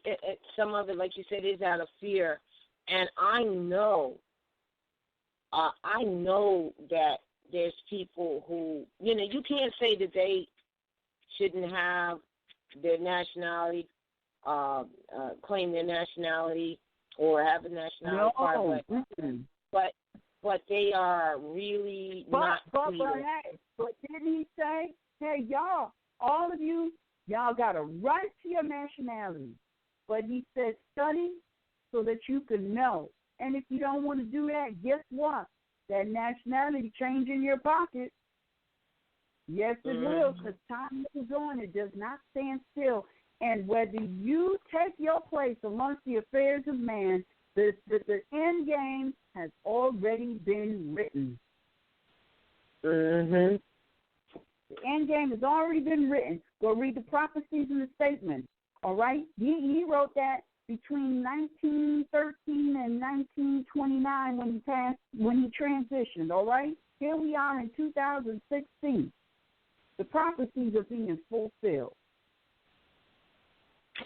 All right? They are being fulfilled one by one by one. All right? They are being fulfilled. So now if the prophecies are being fulfilled, then he said, hey, listen up. You better study. You don't want to study. That card going to change in your pocket. What's happening? The card is changing in people's pockets. Well, no, but that goes both ways. Either you don't want to study, or once you do, it'll change. If you don't know, it'll change once you do. So either way, it's going to change. It's going to change. It's going to change. And you know what? And you know, and I keep telling people, we need to look at. Is that me? What happened? I don't know. There was some feedback for a minute there. Might have been me. Go ahead. All right.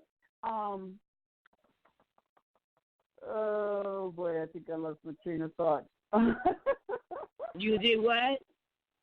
I think I lost my train of thought. Well, you were saying that we were saying that when the prophet said your nationality card is going to change in your pocket, you were saying that if you don't study, it's going to change in your pocket. And I was saying conversely, if you have it and you're not clear, but you have it because you have a right to your identification and your nationality, that if you do and when you do get clear and study, if that's the case, it also all right. Yeah, I remember remember now. I remember what I was going to say. All right. Yeah. You know what? I have I look at our family that's on this American soil that come from other places around the world, you know. I've never, ever, ever seen them pull out a nationality card to prove who they are or any kind of papers. Never seen it happen. Never. And from my own experience, I've never had to, when I go into a place, I've never had to pull out anything to prove who I am. And you know what? I don't get into discussions about people regarding who I am, because I know who I am, and I'm not looking for you to validate or confirm who I am. I know who I am just as well as I know who you are, and we don't have to discuss. We don't have to discuss it because it is apparent. It is apparent. So there's no need for discussion because it is what it is, and you can't even hide it.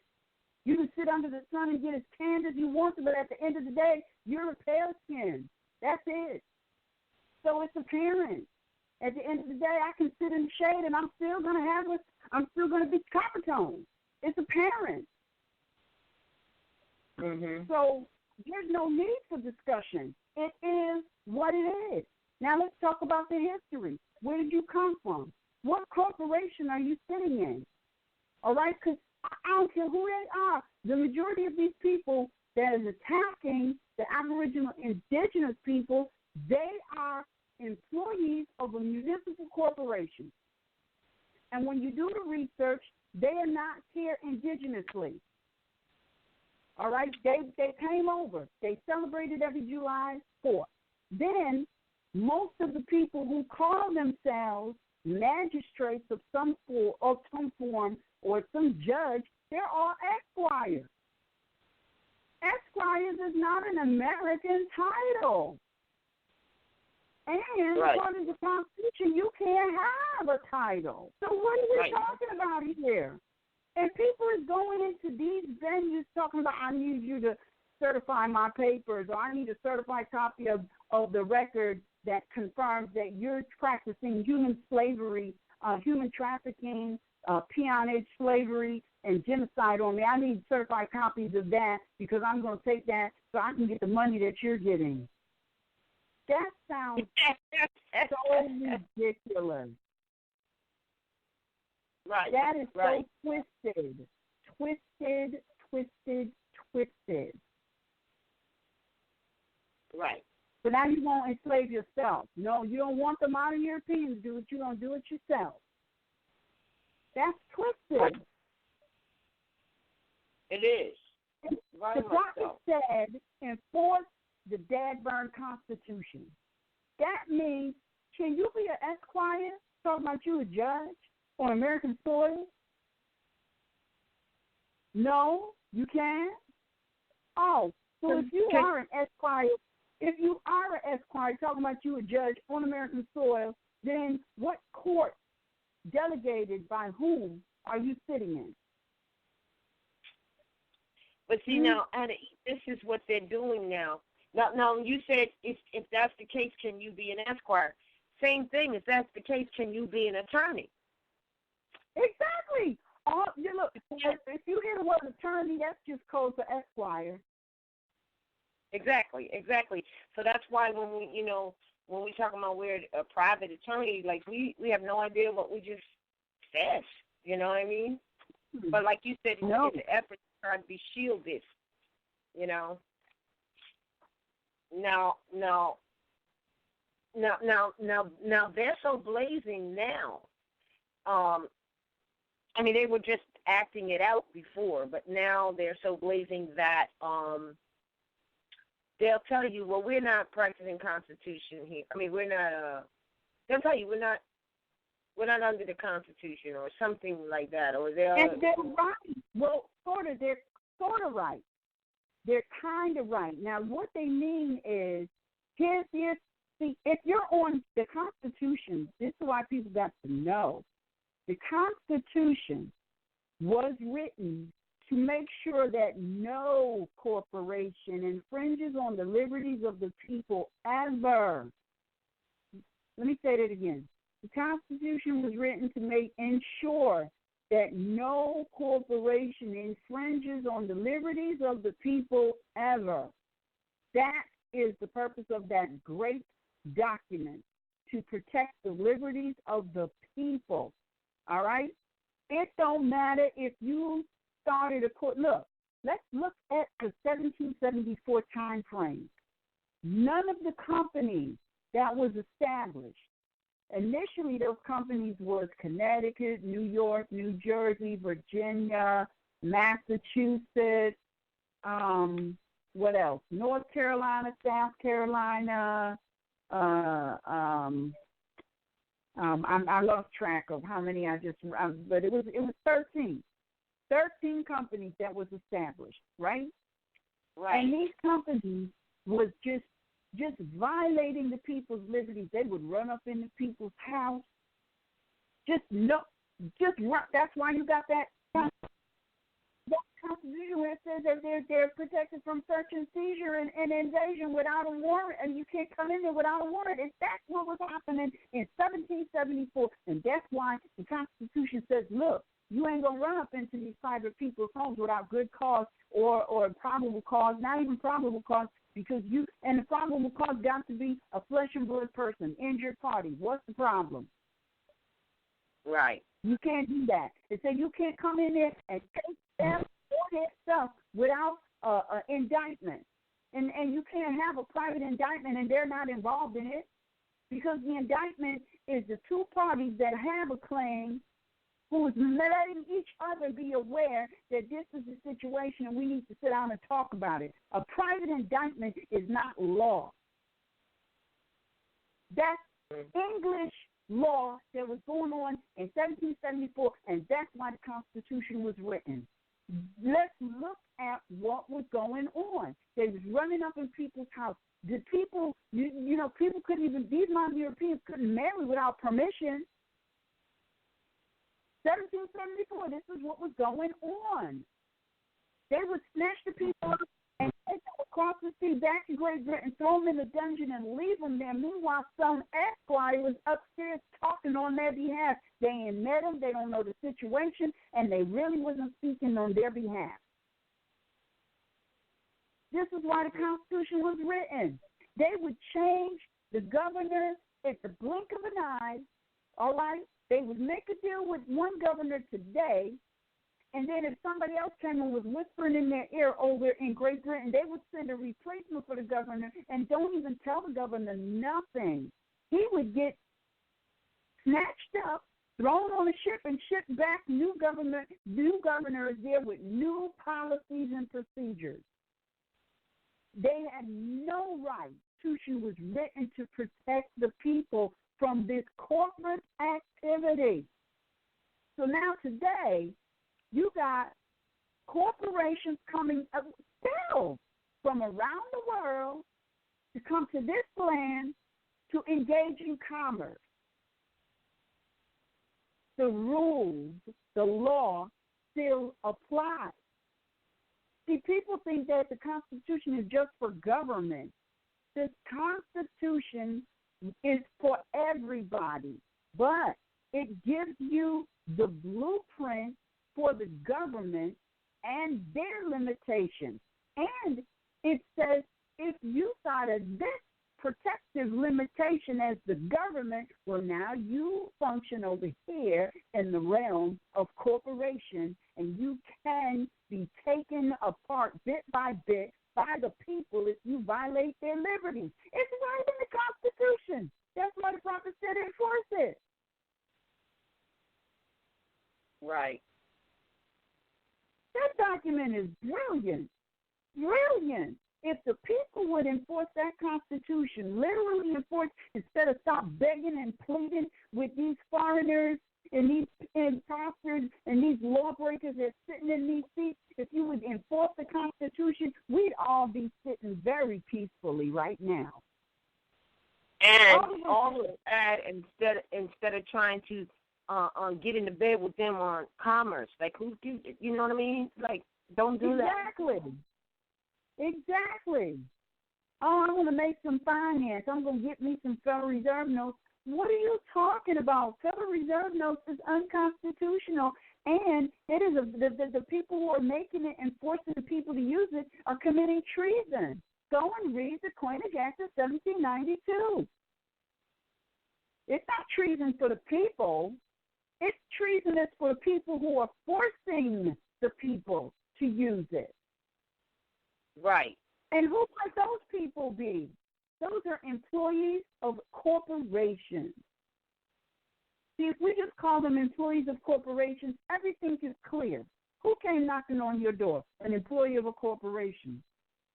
Who told you you got to do that? An employee of a corporation. Who threatened your life? An employee of a corporation. Who broke into your house and stole your stuff? An employee of a corporation. Stole your money and then wouldn't let you travel by plane, air, or land. An employee of a corporation.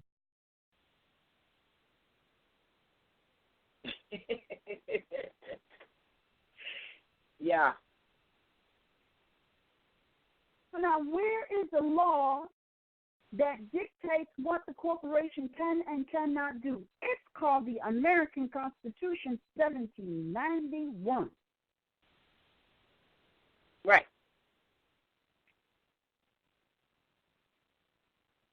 And you got people going around talking about, well, I'm going to do this birth certificate redemption. or I'm going to negotiate with them, or you know what, I'm gonna create my own Department of Motor Vehicle process. Yeah, I'm going to issue my own driver's license. I'm going to create my own live birth certificate. Somebody sent me a copy of a live birth certificate, and they think because it says live birth that it's good. It's a certificate. A certificate is just simply evidence that the real document is somewhere. See, they know that all of this stuff that's happening, it's happening because they know that they have mentally conditioned us. And on top of that, they know that within that mental conditioning, they mentally conditioned us to not want to study, not want to read, not want to study, not want to research. And because we don't do those, we can't really stand up and speak in an intelligent tone as the prophet instructed, because we don't have the necessary information to even speak. And that's why when people get into situations, they get, I'm a Moorish American. I'm a Moor. Mm-hmm. Right. These things are mental conditioning. Say that again? I said, no, you're right, because I look at the emails and the things that the people say, whatever, and I can tell that they don't really get it. You know, I mean, I even got one earlier. I got one to find it, and I don't need to say who is from. It doesn't matter. It's just that, and they tell me that they were told this and they were told that. You know, so I got to write them back and, you know, clear up the whole thing with that. But the information that they have tells me that they don't quite really get it. Mhm. You know, like okay, what you're saying is how to compare what governments really are and what a system, like people use loosely the system. You know, like I was told that I don't have to deal with or be under a Social Security number. Now, the Social Security number has nothing to do with your nationality. You know what I'm saying? Right. That's a separate thing. You know what I mean? But because they're so used to thinking that Social Security is a government thing, when it is not, if they knew that it was not, they wouldn't post their statement this way. You know what I'm saying? Right. They wouldn't pose it this way if they knew. That's right. And it says because it's a fraudulent human trafficking. Well, Social Security isn't really a fraudulent human trafficking. It is what it is. It's an administrative. It's a and we talked about this. It really isn't an insurance policy. It really isn't a trust. And quite frankly, is it, like you said, it's a scam. Likened to, or people may think it's like it's an insurance policy because you pay into it, and then you look to get something out of it. We know in the future, many people won't be getting anything out of it. But the disconnect is that they are connecting it because the way in which they put this together is the birth certificate and the corporation that deals with the Social Security, which are two separate things. They are absolutely two separate things. But because they collude with each other, they've got the, quote, system of process where, okay, as soon as the child is born, you're going to put a bond on them. That's the birth certificate, because that's what it is. Then we're going to tell them they got to have an SSN number so that we can operate and get finance off of that bond through the Social Security number. You know what I'm saying? That's how they connect.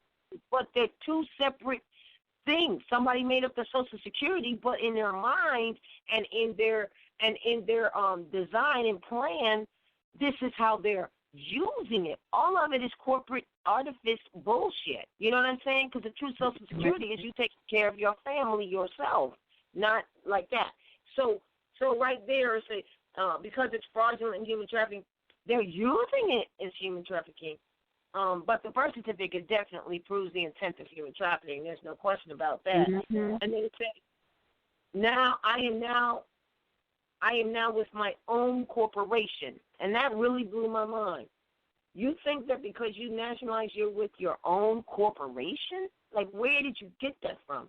Mm-hmm. Now I will be provided, check this out, a new ID number called a UIN, unique identification number, that would have all the new credentials of my new person persona, such as me, listed under my new appellation and a new file in the system. And I'm like, I got to really break this down to understand what the heck this person is really thinking. What new file and what new system? What system? They're probably still talking about that which they call the government, which is not the government and is not their government. You understand what I'm saying? Mm-hmm. And so, like, how do you, like, oh, shoot, you really think that? You really think that you are now back into, quote, unquote, the system with a new, something that replaces your Social Security? Like, how do you begin to explain that? I mean, I just explained it. But who's thinking like that? People who are not studying. Okay. So people who are not studying, because the bottom line is this. Look, in the footnotes of the American Constitution. Low.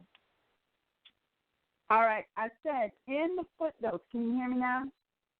Yeah, you're a little better. Go ahead. All right.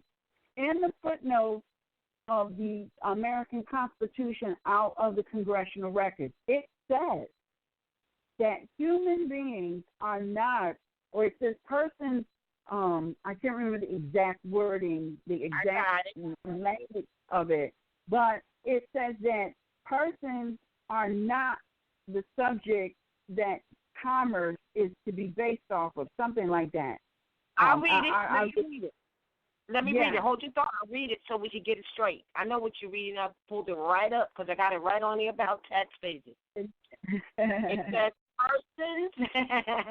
persons are not the subjects of commerce, and they are not being imported goods. That means that persons not being imported goods do not fall within the meaning founded upon the Constitution of a power that is given to the Congress to regulate commerce and the prohibition of prohibiting the states from imposing a duty on imported goods. It has nothing to do with people, you're saying. It has to do with imported goods. Go ahead. Yes. All right. So now the Constitution protects the people from that. And now today, because that's what was happening in 1774, now here we are, 2016, and the people are trying to take over the trafficking of themselves, commerce, instead of, refuting it, not just refuting it, but look, if you got a birth certificate or any of these documents, you have evidence. If you have a birth certificate, a driver's license, a Social Security card, a passport, all of these is evidence of human trafficking, because what's the purpose of them? What is the purpose? Think about it. What is the purpose of these documents? They say, oh, we need to identify you. But I'm standing right here. If I say I am who I am, that's who I am. And then, oh, well, we need to know who you are. Why? Why do you need to know who I am? When you came over here, we wasn't trying to find out who you were. You came over here free and clear. You know, even though you came over on a boat, you came over. We didn't ask who you were. Right? What is the purpose of all of these identifications, all of these things that they're imposing on the people today? What is the purpose? You need a birth certificate. For what? Why do you need a birth certificate? Why do you need a record of the birth? For what purpose? Why do I need a driver's license? It's my property. The land is free, right? What do I need a passport? I can travel on the land, sea, air as I please. These are the things that we are supposed to be enforcing because they're constitutional guarantees. Instead, you got the vast majority of people trying to engage in some commercial activity to get back their liberties, which are supposed to be free if you would simply enforce that Constitution. But everybody's getting molested because they choose not to enforce the Constitution. That's why we get molested today. And then the few people who do stand up, their liberties will be secured. That you have to go and sue people to secure your liberties, but that's the way it is because for so long we have done all manner of things instead of enforcing the Constitution. So here we are. And what did Valor say? She said, look, we taught them the science, and they learned it, and they used it against us, and we don't want to know the science so that we can protect ourselves, so don't get mad at them.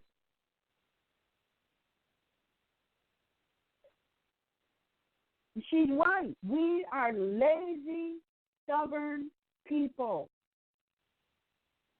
We don't want to study. We don't want to enforce jack. We don't want to stand up for nothing. And that's why everybody walks all over us. And that has to change. And the only way that is going to change is if the mothers stand up. And I hear all those sons, oh, here she go again. I hear those sons, oh, here she goes again. But, baby, you came out of a mother, and if she had been right, you'd be right today.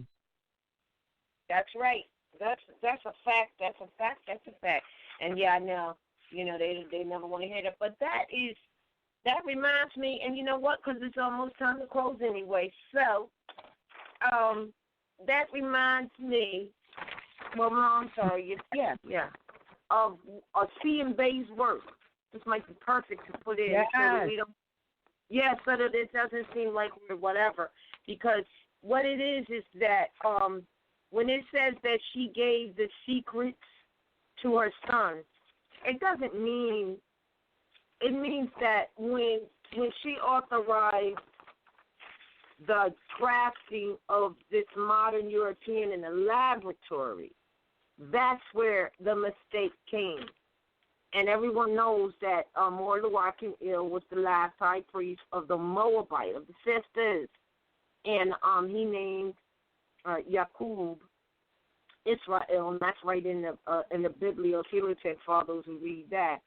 So it doesn't mean that it's against, it's not like, against the sons, whatever.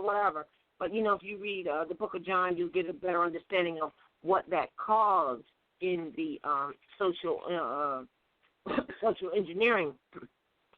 But if I may, and this is why a lot of the people who are supposedly vanguards of the Moorish nation and information, MXTVAs and otherwise other things, don't like to deal with HARLEM. They say he was a traitor and all that, but that is not true. But when you read, when you recognize that this system that they have imposed upon us is not based in the Moabite nation. It's not based in ancient principles of civilization and ancient principles of civilization, and it's definitely not based in the matriarch, which is of nature. It is therefore based in the patriarch, which does not belong to the Moorish son. It doesn't belong to Moorish period. It's not even nature's law. It's not God's law. It's not universal law. It's none of that.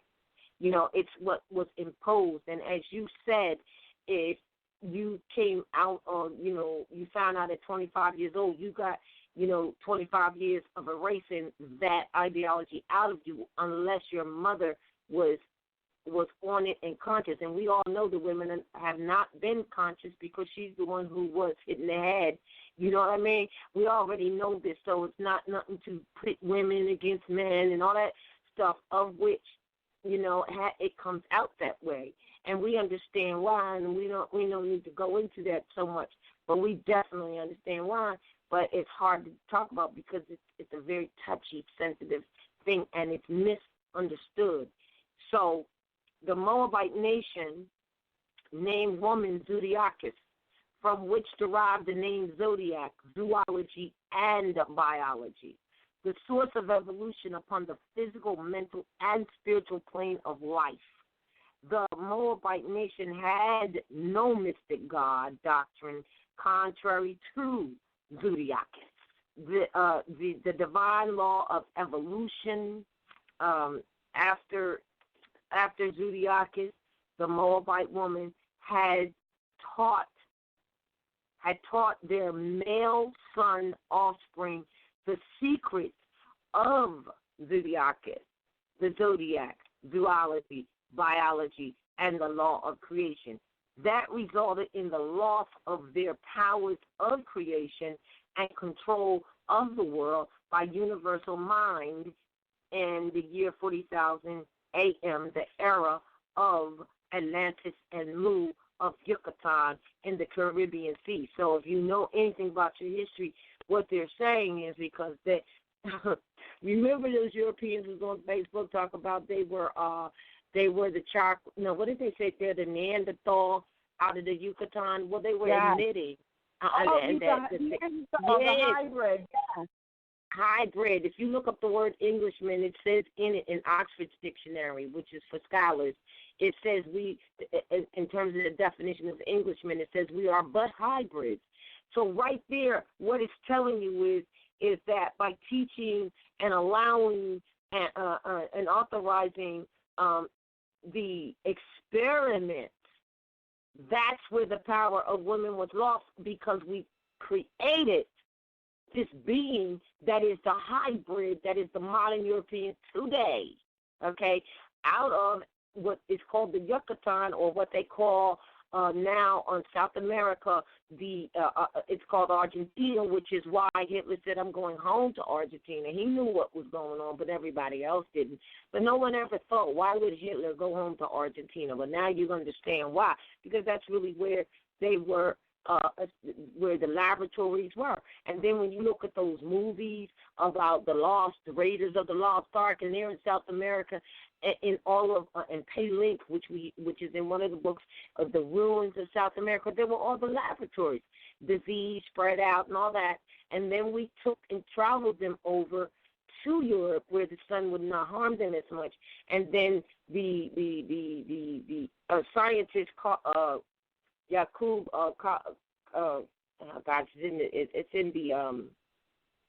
it's in the Yakubian experiment book, because we've done many experiments, quite frankly. There's been many atoms, ATOM, evolution of the atom, but or experiments.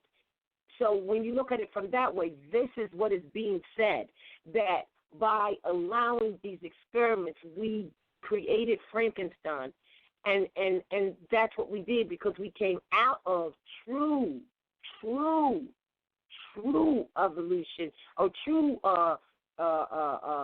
creation into, something done by the hands of man. And that's what it's meant when it said once she gave these secrets to the male offspring that she lost her powers. And when you read the book of John, it explains it there as well, because the sun in which was created, would have been that creation And that's how the powers were lost. And from there, we're looking at this Frankenstein that we built or created, who is now taking over. I mean, the whole story of Frankenstein tells you that. It's interesting. So, but sometimes the male sons take it personally, because sometimes women, if we don't understand it or are not able to express it properly, it comes out as if we're saying something else, and it's higher than just the lineal of it, of what we understand, of our understanding of it today. So I trust that RVBey's work will explain it, and does explain it pretty well. So the age of man-made God since the fall of the Moabite nation in 49,000 AM is only over 2,000 years old. Now, hold on.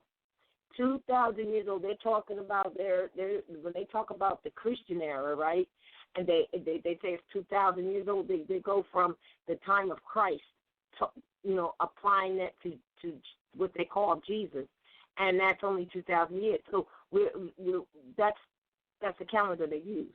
But that's another thing to think about, because look, if the Moorish flag flew for over 50,000 years, or if it flew for over 10,000 years, it's still longer than 2,000, right? No matter how you look at it. So it's only 2,000 years old. Now, evolution of man-made God since the fall of Zodiac began with the last high priest, astrologer, metaphysician of the Moabite nation by the name of Moor, Luakin Il. Now, who named, I'm reading this because I got to retype this because it's a bad copy, but I'm going to put it on the site, who named the creator of the universal Il, and then gave Yaqub the name Israel. Now, hold on. If you don't believe that, this is what's so crazy. Go to what you call the Bible and go to Genesis. Oh, my gosh, I can't remember what verse it is. Genesis 2:3 or something, and around there. And it clearly tells you, it says, the Lord said to Jacob, or Yaqub, they used the J, that your name shall now be Israel. So there it is right there, proof of saying. But they say that the Lord said that, and people think that's God when it's not, because who actually said that is Moor, Luakin Il, which was the last high priest of the Moabite, the sisters, the mothers, of the Moabite nation. But they don't say Moor, Luakin Il in the bibliotext. They say the Lord. Okay? Who once he named Israel, the creator of the universe, and then gave Yaqub the name Israel, and the God Elohim, translated as Eloah, translated as Jehovah, and Jehovah, and to Adani and Krishna, Dai being D-E-I, like deity, and to Eloah Allah. This man-made God, thus man-made God has undergone 7 stages of evolution since the fall of the Moabite nation in 49,000 AM. The history of the 12 sons of the zodiac reveals that humanity on a global scale has been totally cut off from the truth for over 400 years. Thus, the history of the 12 signs of the zodiac has revealed the great chain of human progress over the 51,840 years. Now, let me start right here. Take you to the secret brotherhood of the East. When you go to, I believe it is 7. Hold on. Just give me a second. Let me grab it. It's just right out of my reach.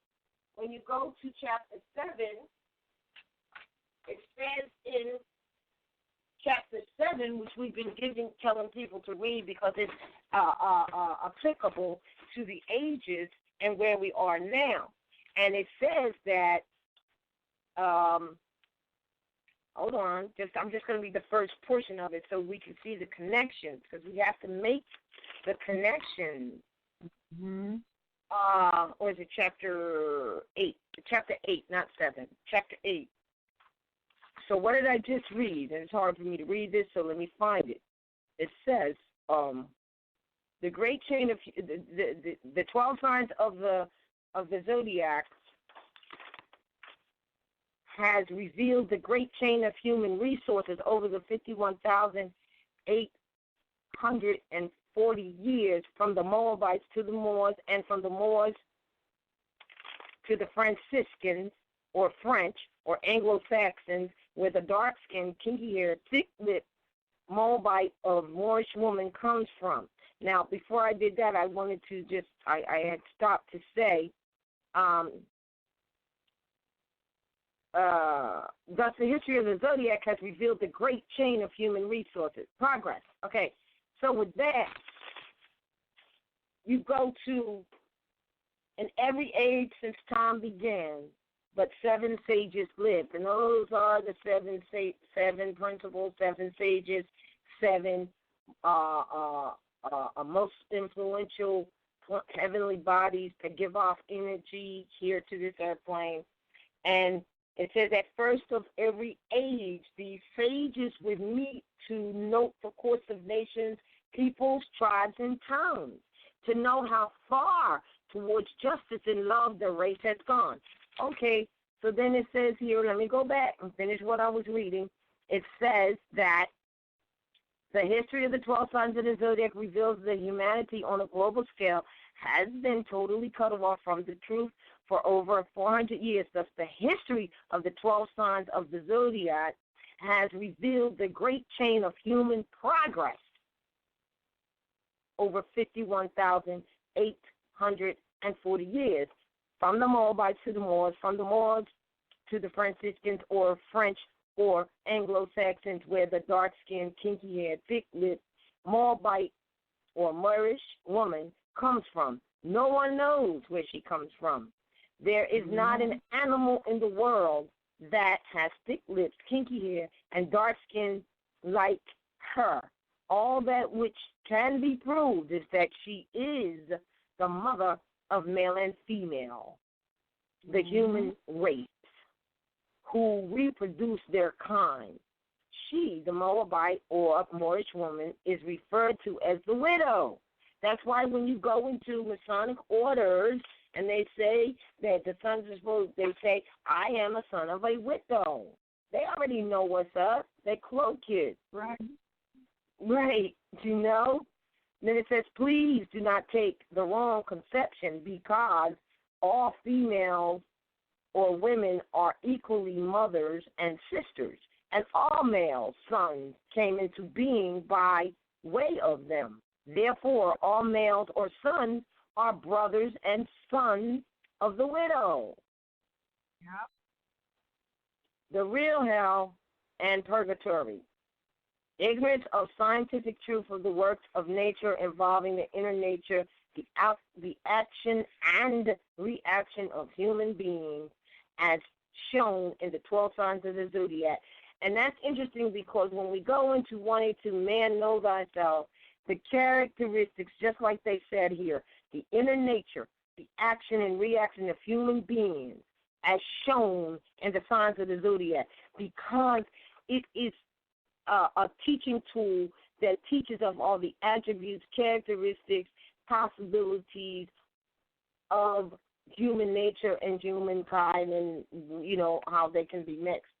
And it says it results, though, it results in a confused state of mind and mental, economic, and social suffering referred to as hell if you do not have that knowledge. That's why I say people lose their minds if they don't have this. So the real heaven, freedom, and peace is knowledge of the zodiac, because it's the law. It's all law. All right? It says knowledge of the zodiac gives one a perfect state of mind and reason upon that, namely the forces of nature which dwell within themselves and about them all, of which is referred to as heaven and happiness and peace of mind with oneself. Now, it says here, and I'm not clear whether this is part of his writing or someone's opinion on this one, but it's a nice closing. It says, what temple am I from? I am from the first temple, my own body. I am not here. What? What did you say? That's right. I said that's okay. right. Check this line. I am not here to play with egos. Not one of you have informed the women because you have hoodwinked her, them damn hood mask that you make them wear. Where did that originate? They say, where the hell did that originate? The nation will never rise without the loving guidance of her. So we say that to say to women without the sons getting upset.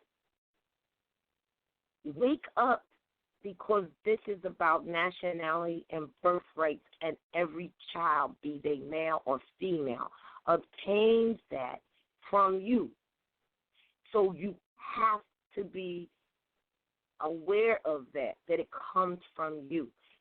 Again, we have chapter 2 sons. The other thing that's important is that prophet said, and I read it last night, but I don't have it on the top of my tongue. He says it's either the definition of nationality is obtained from birth or from naturalization.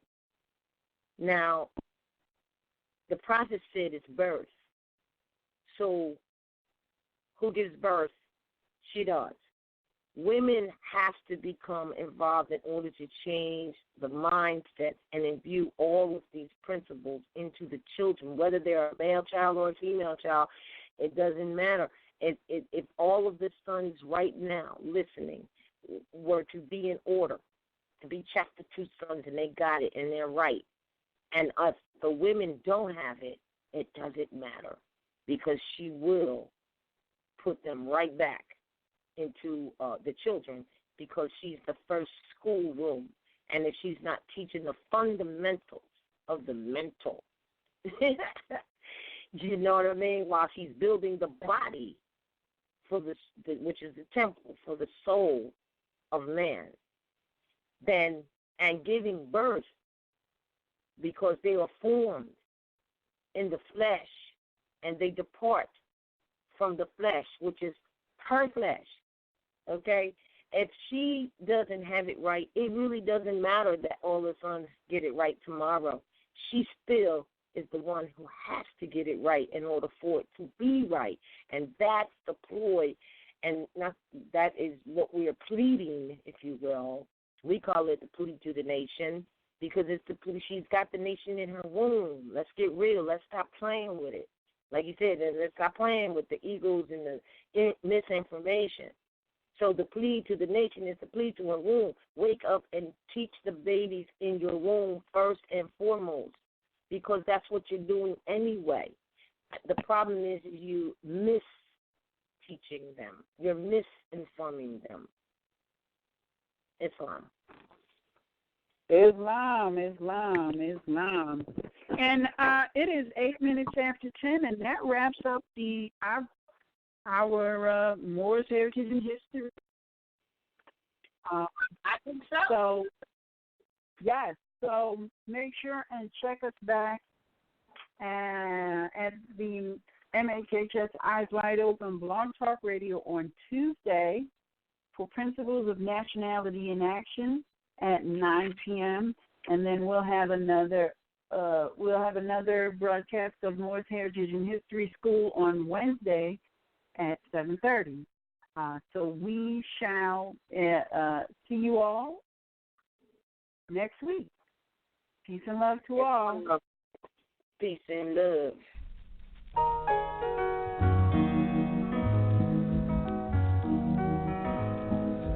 Wake up, everybody, no more sleeping in bed. No more backward thinking, time for thinking ahead. The world has changed so very